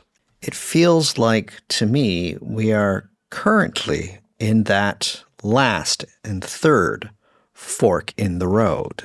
The reanalysis and reinstatement of the awe and importance of fairies throughout history. It is a lovely circumstance that we find ourselves in, although it must be said that we did get a little bit of help to get us to where we are today. And that assistance was provided by one book that was covering a different sort of phenomenon. At least it seemed different at the time. Perhaps things weren't as clear-cut as they appeared. Written in Paris during the general strikes and riots of May 1968 and published in Chicago 1 year later in 1969, French ufologist Jacques Vallée wrote a book that would forever alter the perception of fairies single-handedly. His work, Passport to Magonia, From Folklore to Flying Saucers, is to this very day considered to be the most important book about UFOs ever written. Jacques Vallée had been familiar with the circumstances of what witnesses and experiencers of what was considered at the time to be the flying saucer phenomena, seeing lights or saucers in the sky. And instead of asking, what does this all mean or where does it come from, he asked, how does this look? And has this kind of thing happened before? He saw what people considered to be things from the future, and instead of looking to the future to define them, he instead looked to the past, and he saw a myriad of similarities between the new experience that people have with UFOs and flying saucers and the experiences and folklore of fairies. He noticed many, many patterns. As mentioned, the book altered the course of both UFOs and fairies. with many now lumping current contemporary fairy experiences with the experiences of UFOs. Jacques Vallée's book, Passport to Magonia, is a monumental and fundamental change to the history of fairies. And yet, that initial impulse that Jacques Vallée had, that all is not what it seems, could in fact also be applied to this outcome as well. It's a very popular idea, almost a cliche, that you'll find among both writers on UFOs and writers on fairies, where they'll say, oh, well, the UFOs are fairies or the fairies are UFOs.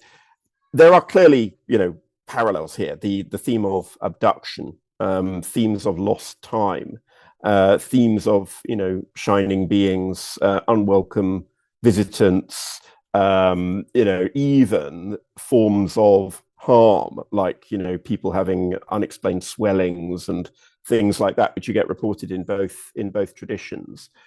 But I think although there are those similarities, I think the differences are more fundamental, actually. One really fundamental difference is to do with the realm that these entities come from. So in most situations, I mean, yes, there are theories about, aliens or beings from other dimensions and flying saucers coming out of a hollow earth and stuff like that. But mostly it's the idea that UFOs are in the realm of the heavens or connected. That's where they're seen. There's very little in the fairy tradition of fairies being associated with the heavens. And that's not just accidental. That's because they are ground spirits. They are earth spirits. They live in the earth. They come out of the earth. They are chthonic, would be the word that anthropologists use to describe them. And that's quite fundamental because they are godlings. If you're a godling, you are not going to be associated with the sky because that's the realm of the sky gods, the high deities, who get wiped out by Christianity pretty early on. So yeah, I'm not convinced for that reason, really, that they don't seem to have the same characteristics. I think there are other things as well. You could point to the fact that fairies have this very strong association with children. The vast majority of UFO abductees, people who make these kind of claims, they're actually adults. There's not that many adults who get abducted by fairies in the later folklore, certainly. Earlier on they are more adults. But yeah, there's just things that don't quite match up, despite the striking similarities. So I don't really like it. And I think I also don't like the way in which UFOs are more prominent in the consciousness because of how recent this, narrative is. And it feels like a kind of Americanization, without offense to your American listeners. It does feel like an imposition of this American legendarium on what is European folklore. But there are these weird cases that seem to cross boundaries, like the Kelly Hopkinsville goblins, for example, which seem to be more like goblins than UFOs. So and of course there is fairy lore in the United States and in North America, especially in Newfoundland. There is that does exist. So it's not as though the United States is without fairy lore. But I think it also does a disservice to UFO lore because that is a mythology in itself. It is its own thing. It is America's foremost folkloric contribution to the world, in my view. So it's really significant. We shouldn't try and say, it's just an American gloss on European fairy lore. I don't think that's fair to America to say that.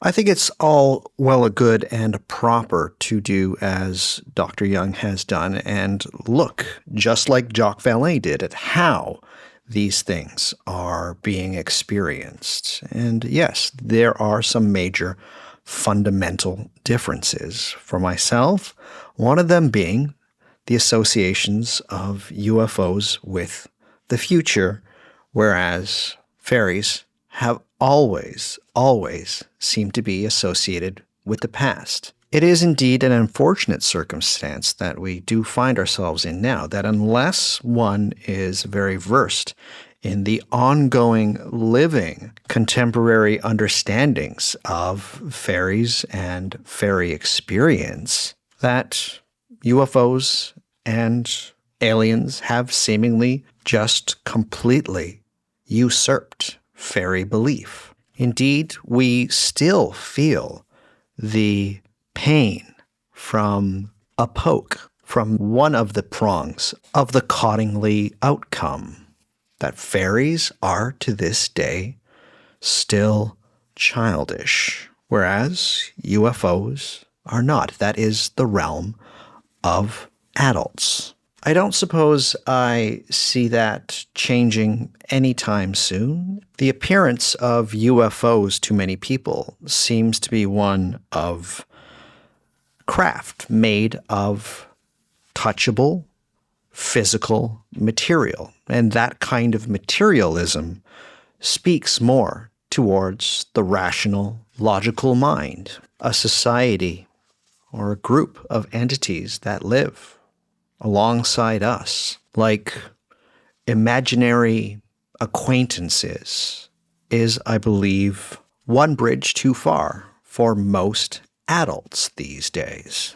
Yet I think even with the futuristic flying saucers and UFOs removed from the fairy equation, these supernatural denizens of past times have a bright future ahead. Well, I think where I differ from a lot of writers on fairies is that I don't believe in this perpetual recession of the fairies. I don't think that they're always going, in the way that Chaucer thought, in the way that, so many folklorists thought. I think actually they're coming back. I think what we've got is we've got an image of a being that embodies tricks, chaos, unreliability, moral ambiguity, strangeness, all the things which characterize our world. We live in a world where it is very far from certain where we're going as a species. It's very far from certain where the boundaries will be between the human and the non-human as we go into this century. And I think that fairies, they sum up that kind of uncertainty and chaos. They are beings of enchantment, but they also have this menacing aspect, which I think that a lot of us live in a great deal of anxiety and fear about the future and things like that.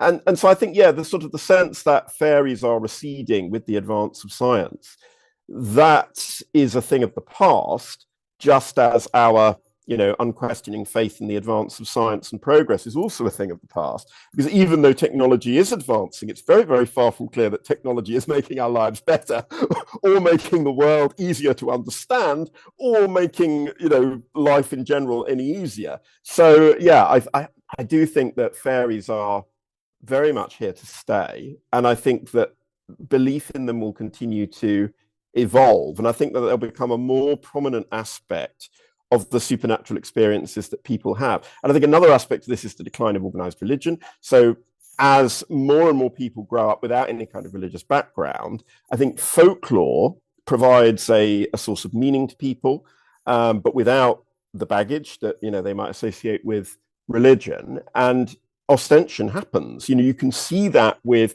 things like LARPing, with festivals where people will go in costume as fairies, where they will attempt to have rituals to interact with fairies. It's almost as I wouldn't say that it is a religion, because I think that's a bit too much to claim, perhaps. But I think that there is that sense in which they are bound up with various makeshift spiritualities that people are assembling from folklore and other sources to give their lives broader meaning in a very chaotic world. I believe it goes without saying that historically, when we look at fairies and our belief in them, that they are ostensibly the closest to humans of any supernatural being. Part of me doesn't believe that this is a coincidence. I too think that, like Dr. Young, that they are indeed the agents of the paranormal, a term that, up until I really took fairies seriously, was a word that I detested. Fairies have changed that for me because they are the paranormal. Para literally translates to beside normal. And that's seemingly how they have always operated. These entities, these agents of wonderment and chaos and uncertainty, but also magic and enchantment that just seems out of reach but only for now, actively living alongside us as they always have been since we've been here. It is too easy and cheap to say that fairies are merely a mirror of our anxieties. As many skeptics and those that look at the history of fairies going all the way back as far into the past as they can, it's too easy. Chances are that's a trick as well. Paranormal experiences and fairy experiences haven't stopped. They continue to happen with as much regularity as they always have. It's what makes them normal, and it's what makes the agents of these events so much a part of us, beside us. We need to realize that these things are happening and that they've always been happening. And they, in turn, need us to know that they're happening, that this story doesn't end. It continues. In a blog post announcing the publication of his newest book, Dr. Francis Young had this to say: "In the longue durée of history, I am fairly sure that the burden of proof is on those who want to show that seeing and interacting with supernatural beings is not a natural part of the human experience of the world, and it remains to be seen how long we can survive as a species while some of us, and very influential groups of us, systematically deny and suppress that aspect of experience." The paleoanthropologist Ludovic Slimak, whose book, The Last Neanderthal I Read While Writing Fairies, A History, suggests that human cultures die out when they experience a total collapse of their mythological worldviews, a kind of soul-killing evacuation of meaning that leads, in due course, to extinction. So, perhaps it is not the fairies who die every time a child says they do not believe in them. Perhaps, by emptying our world of diversity, both biological and spiritual, it is we who die a little. I do think that we as a species depend on narrative for our thought processes, for the structuring of our cognitive architecture, for our culture, clearly, but also in some sense for survival. And the case that Slimak makes, which I broadly agree with, is that there is a spiritual dimension to our survival as a species, that it's not just about receiving sufficient nutrition or just a sort of the purely physical and biological basics. I think it is about having a sense of meaning, a unified sense of meaning. Now, clearly, we've been in a situation now for a long time where quite a lot of people have no kind of supernatural belief. I think that the consequences of this have been malign, and I'm not talking about any specific supernatural belief. I'm just talking about, the very concept of being open to a spiritual dimension to human nature. I do think that our existence becomes impoverished when that is the case, and I think that the greater the concentration in society of people who have no kind of sense at all of a spiritual dimension to human life, the more that sort of poisons our culture, which feels like a strong word to use, but I think that there is a sense in which it takes away the narratives, and it takes away the stories, and it takes away the enchantment that we might find in those stories. And we still tell our children's stories as entertainment and so forth. But I think unless we are able to see this stuff as a bit more than entertainment, I think we are in dangerous territory. Because what does our culture mean? And what unity do we have if we don't, within a culture, have at least some of the same stories that we tell? And there's all sorts of theories that have been proposed about, the genealogy of our stories and how some of them might go back to, for example, steppe peoples who were telling the same stories about, a hero slaying a serpent, and how those have passed into all the mythologies of the Indo-European peoples. And that may or may not be true, but I think that it does point to this sense in which story is transmitted, just as language is transmitted. And it feels at the moment like, our language is kind of under threat, in that we've got machines writing for us instead of doing our own creative writing, and that seems very dangerous. And in the same way, if our stories are under threat as well, where does that leave us? If we're no longer able to unite around the campfire, if we're no longer able to tell the same stories. So yeah, and it's more than entertainment. It is to do with the nature of reality, which is partly formed by our cognitive architecture. So, what very well could be the path ahead? What hope do we have to try and reinstitute some kind of enchantment or subjective worldviews that lead us away from an inevitable cultural extinction? I'm pretty sure it comes as no surprise to any of my listeners that maybe we use how we understand fairies and have through history as a bit of a guide. These enchanted denizens of the past. Why could we not also look to our past? Look to ways of perceiving and receiving information that goes beyond the purely rational.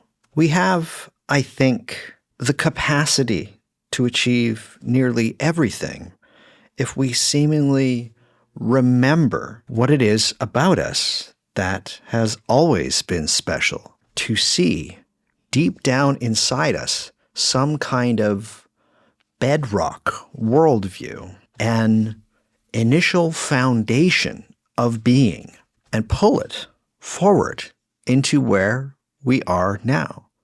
Of course, it would not be the same, as nothing is ever the same. And of course, we should always be careful of bringing the manacles of materialist institutionalization to give credence to the animate in things like streams and rivers and forests. These things are beyond laws.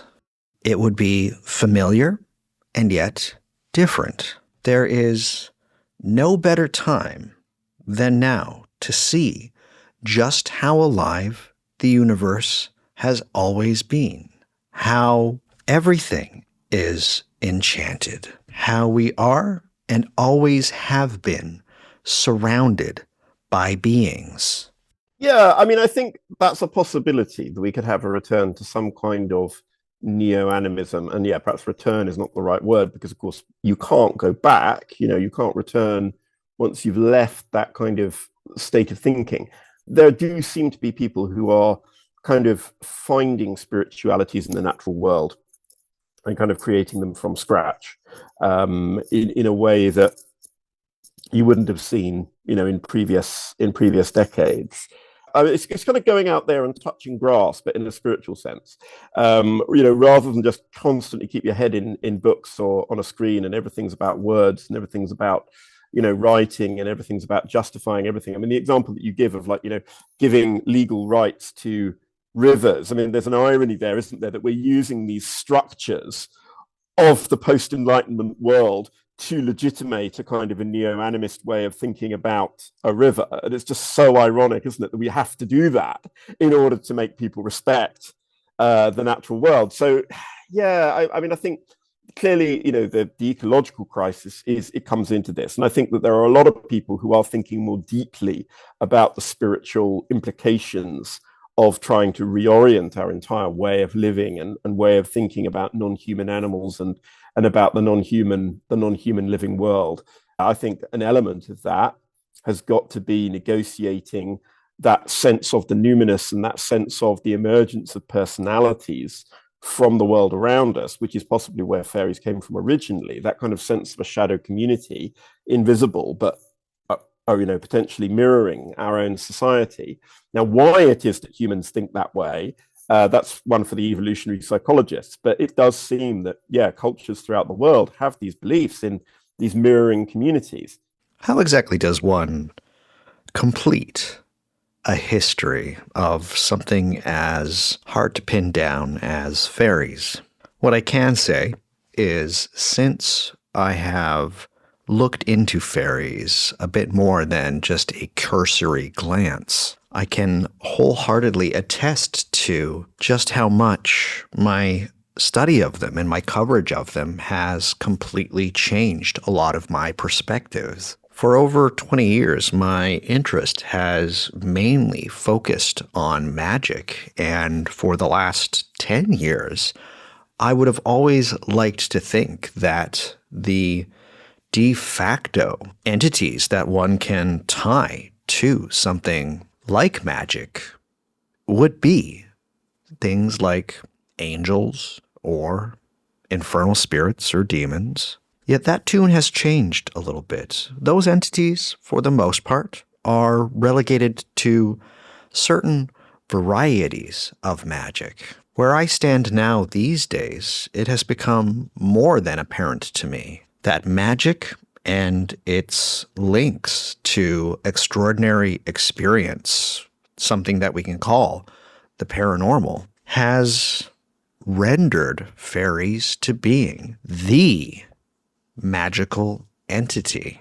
Their capacity to change perspective, the fear of the unknown, the reward of constant enchantment, their ties to the there and then while also being in the here and now, letting you know that somehow you must recognize somehow the earth and location that you currently situate yourself in. These are the purview of a very wide categorization that we have up to this point called the fairies.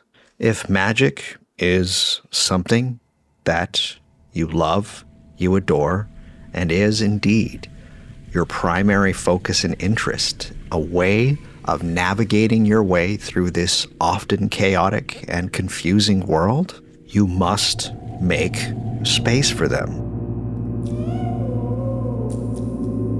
So what is left to do? I would say that, for the time being, we must, in a way, close the book and move on from fairies here on What Magic Is This podcast, knowing full well that while you can close the book, their stories cannot be contained so easily. Their stories, their tales are alive and surround us, influencing us in subtle ways that you are unable to see until you notice. We must end how we began and sit with once more the notion of these beings always going and never gone.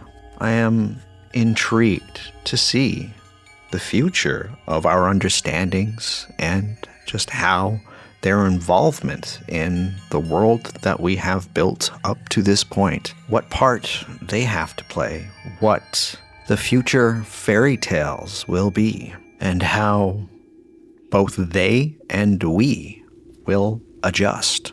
There's not too much that you can count on in this ever-changing life, but I take comfort in my understandings that these things, these entities, just like us, as we spiral towards something we still don't understand yet, but have conceptualized as a kind of end, that they, like us, are never gone and always going.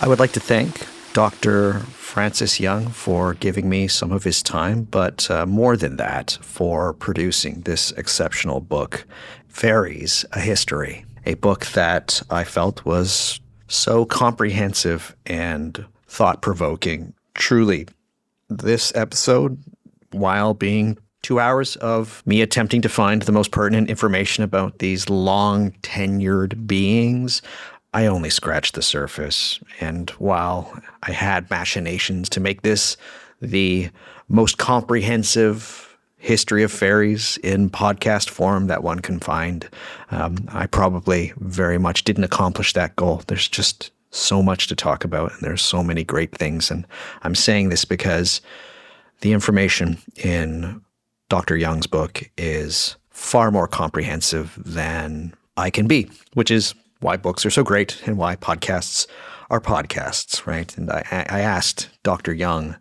whether or not this would be for him, just like us here at What Magic Is This, the closing of the book on fairies, and whether or not he will be moving on from fairies, or perhaps if they would show up in his work once again. Because while he has produced a lot of work about very many different subjects, he seems to keep writing about fairies. The first one I wrote was about the folklore of my native county in England, which is about the fairies of Suffolk, which sadly is out of print now. But I began, on that sort of local level. But then writing that book made me realize, well, we need an account of where fairies come from in a British context. And so that's what Twilight of the Godlings is about, which came out in 2023. So that's about the origins and history of the fairies of Britain, effectively. But then I thought, well, I haven't really done justice to the rest of the world. So now it's time to do that in Fairies History. So Fairies History is as close as you will get to a global history of fairies. It's not quite global. It's sort of Europe and those parts of the world settled by Europeans, like North and South America, Australasia, for example. It's pretty wide-ranging. Will you hear more from me on fairies? Well, I'd be very surprised if you don't. I don't have any current plans to write anything more on fairies. I'm writing at the moment something about the history of popular Christianity in Europe, a book called Strange Christianities. It's out next year. And I'm writing a history about Christianity in Lithuania, because I'm particularly interested in that part of the world, the Baltic states. I think it's almost inevitable that I will return at some point to this theme. And we are so lucky if that does happen. So once again, thank you so much to Dr. Francis Young. And please, everybody, if this subject is interesting to you, this is must-own material. Fairies, a history. Find it, read it, love it. That is all I can say. All right, enough about me. Let's talk about you. And let's talk about the things that you love. And one hopes that you love listening to this podcast, which is What Magic Is This? And you would like to show your support in some way for what I do here, providing you with some of the more interesting podcasts you're ever going to come across. Well, there are a few ways of supporting what I do. Let's talk about them as we do every single episode right now. So the first way of supporting me is the absolute best way of supporting me, and that is to join my Patreon. That is patreon.com/whatmagicistthis, or head to my homepage on the internet, which is whatmagicistthis.com. You will find links to support me there. What happens is I have one tier. I don't have like 4 or 5. Some people have, I think I've seen 8 tiers.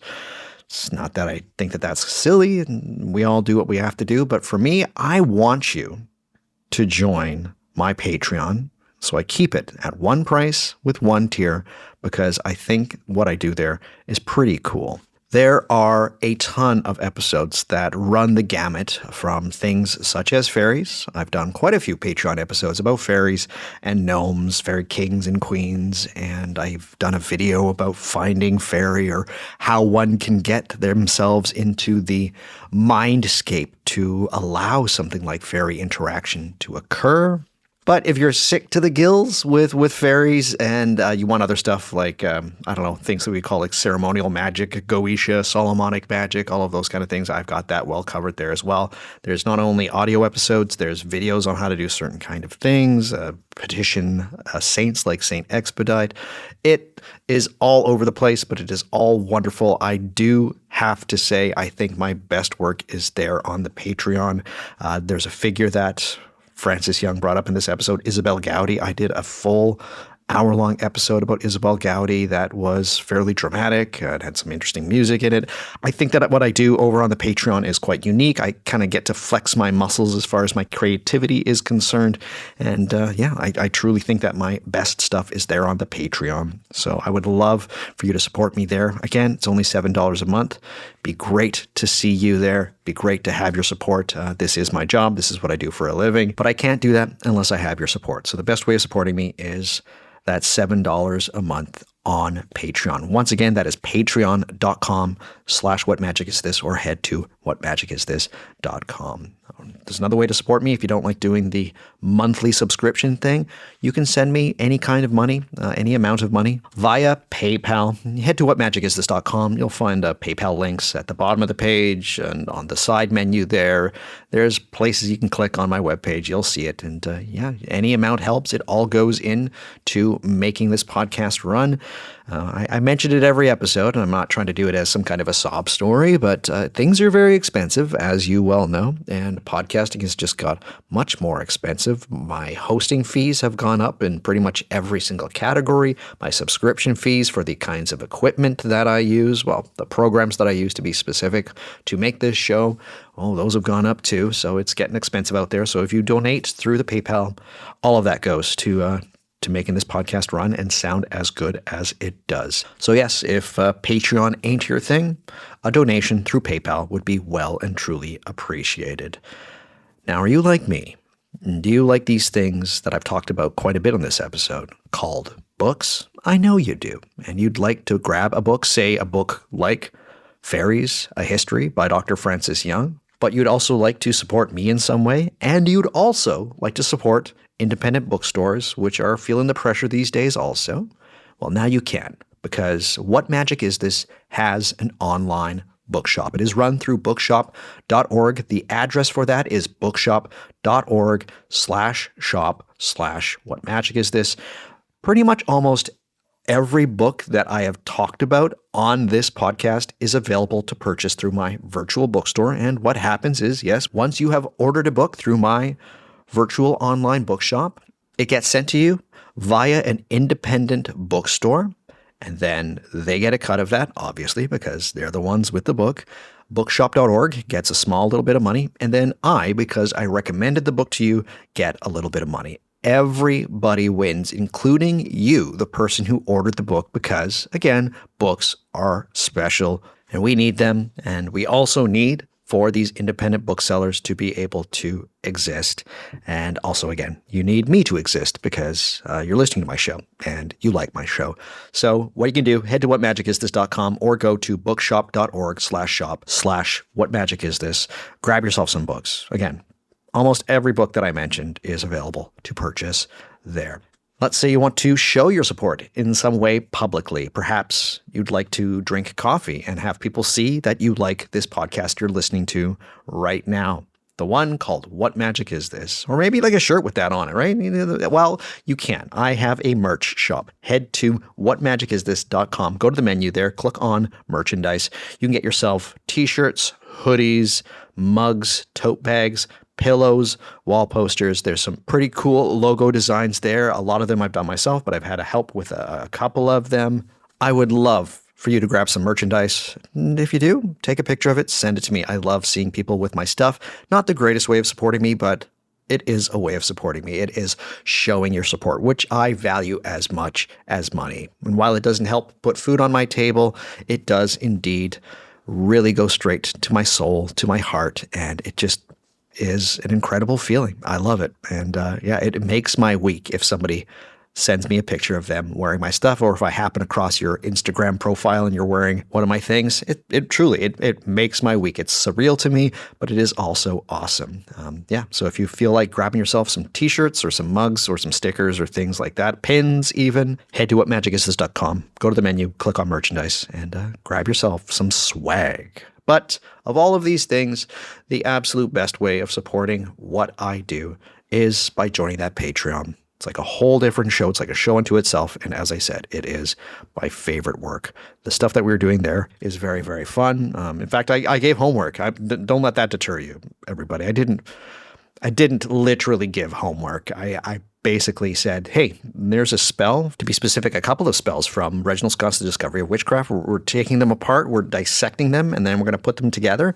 And so it's interesting to see how people are using fictional books via ostension to create rituals of their own. And it's gone in interesting places. There was somebody took something from the Simonomicon, and other ritual from Carlos Castaneda.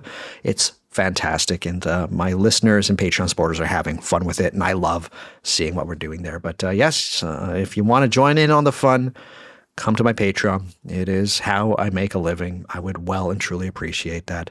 But all of these things, including show notes for the episode, not a lot for this one. In fact, very few for this one, because I've done 6 previous shows on fairies, and those have so many show notes. But more than that, I also just want you to grab Dr. Francis Young's book and look at the sources in the back of his book, because those are pretty cool as well. And he has some excellent sources in the bibliography too. Fairies, a history. So grab the book, head to whatmagicisthis.com, and if you can, join the Patreon. It would be amazing. And that's it. That's all I have for this one. So yes, let's close the book on fairies. Probably won't be talking about them, blatantly, explicitly for a little bit. There's other places to go. In fact, there's other entities to look at, and that's what we're going to be doing. So as a bit of a tease, because you've listened through my little ending spiel that I do in each and every episode, allow this to serve as a little bit of wetness on that magical beak of yours, that the fairies are going to be passing the baton to a different group of entities, a group of entities that, my goodness, countless people have asked me to cover, and so I will be. What's more, for this one, I will be even more out of my depth than I was with fairies. So I will be learning, hopefully, as you do as well. That's all I can say about it. I really hope that you tune into that when it happens. Shouldn't be too long. Certainly not as long as it took to produce this episode. All right, everybody, that's it. That is all. Fairies, never gone, always going, forward into the future. All right. Thanks for listening, everybody. That's it for this one. I want each and every one of you to stay healthy, to stay hopeful, and to stay luminous. Until next time, take care, everyone. Bye for now.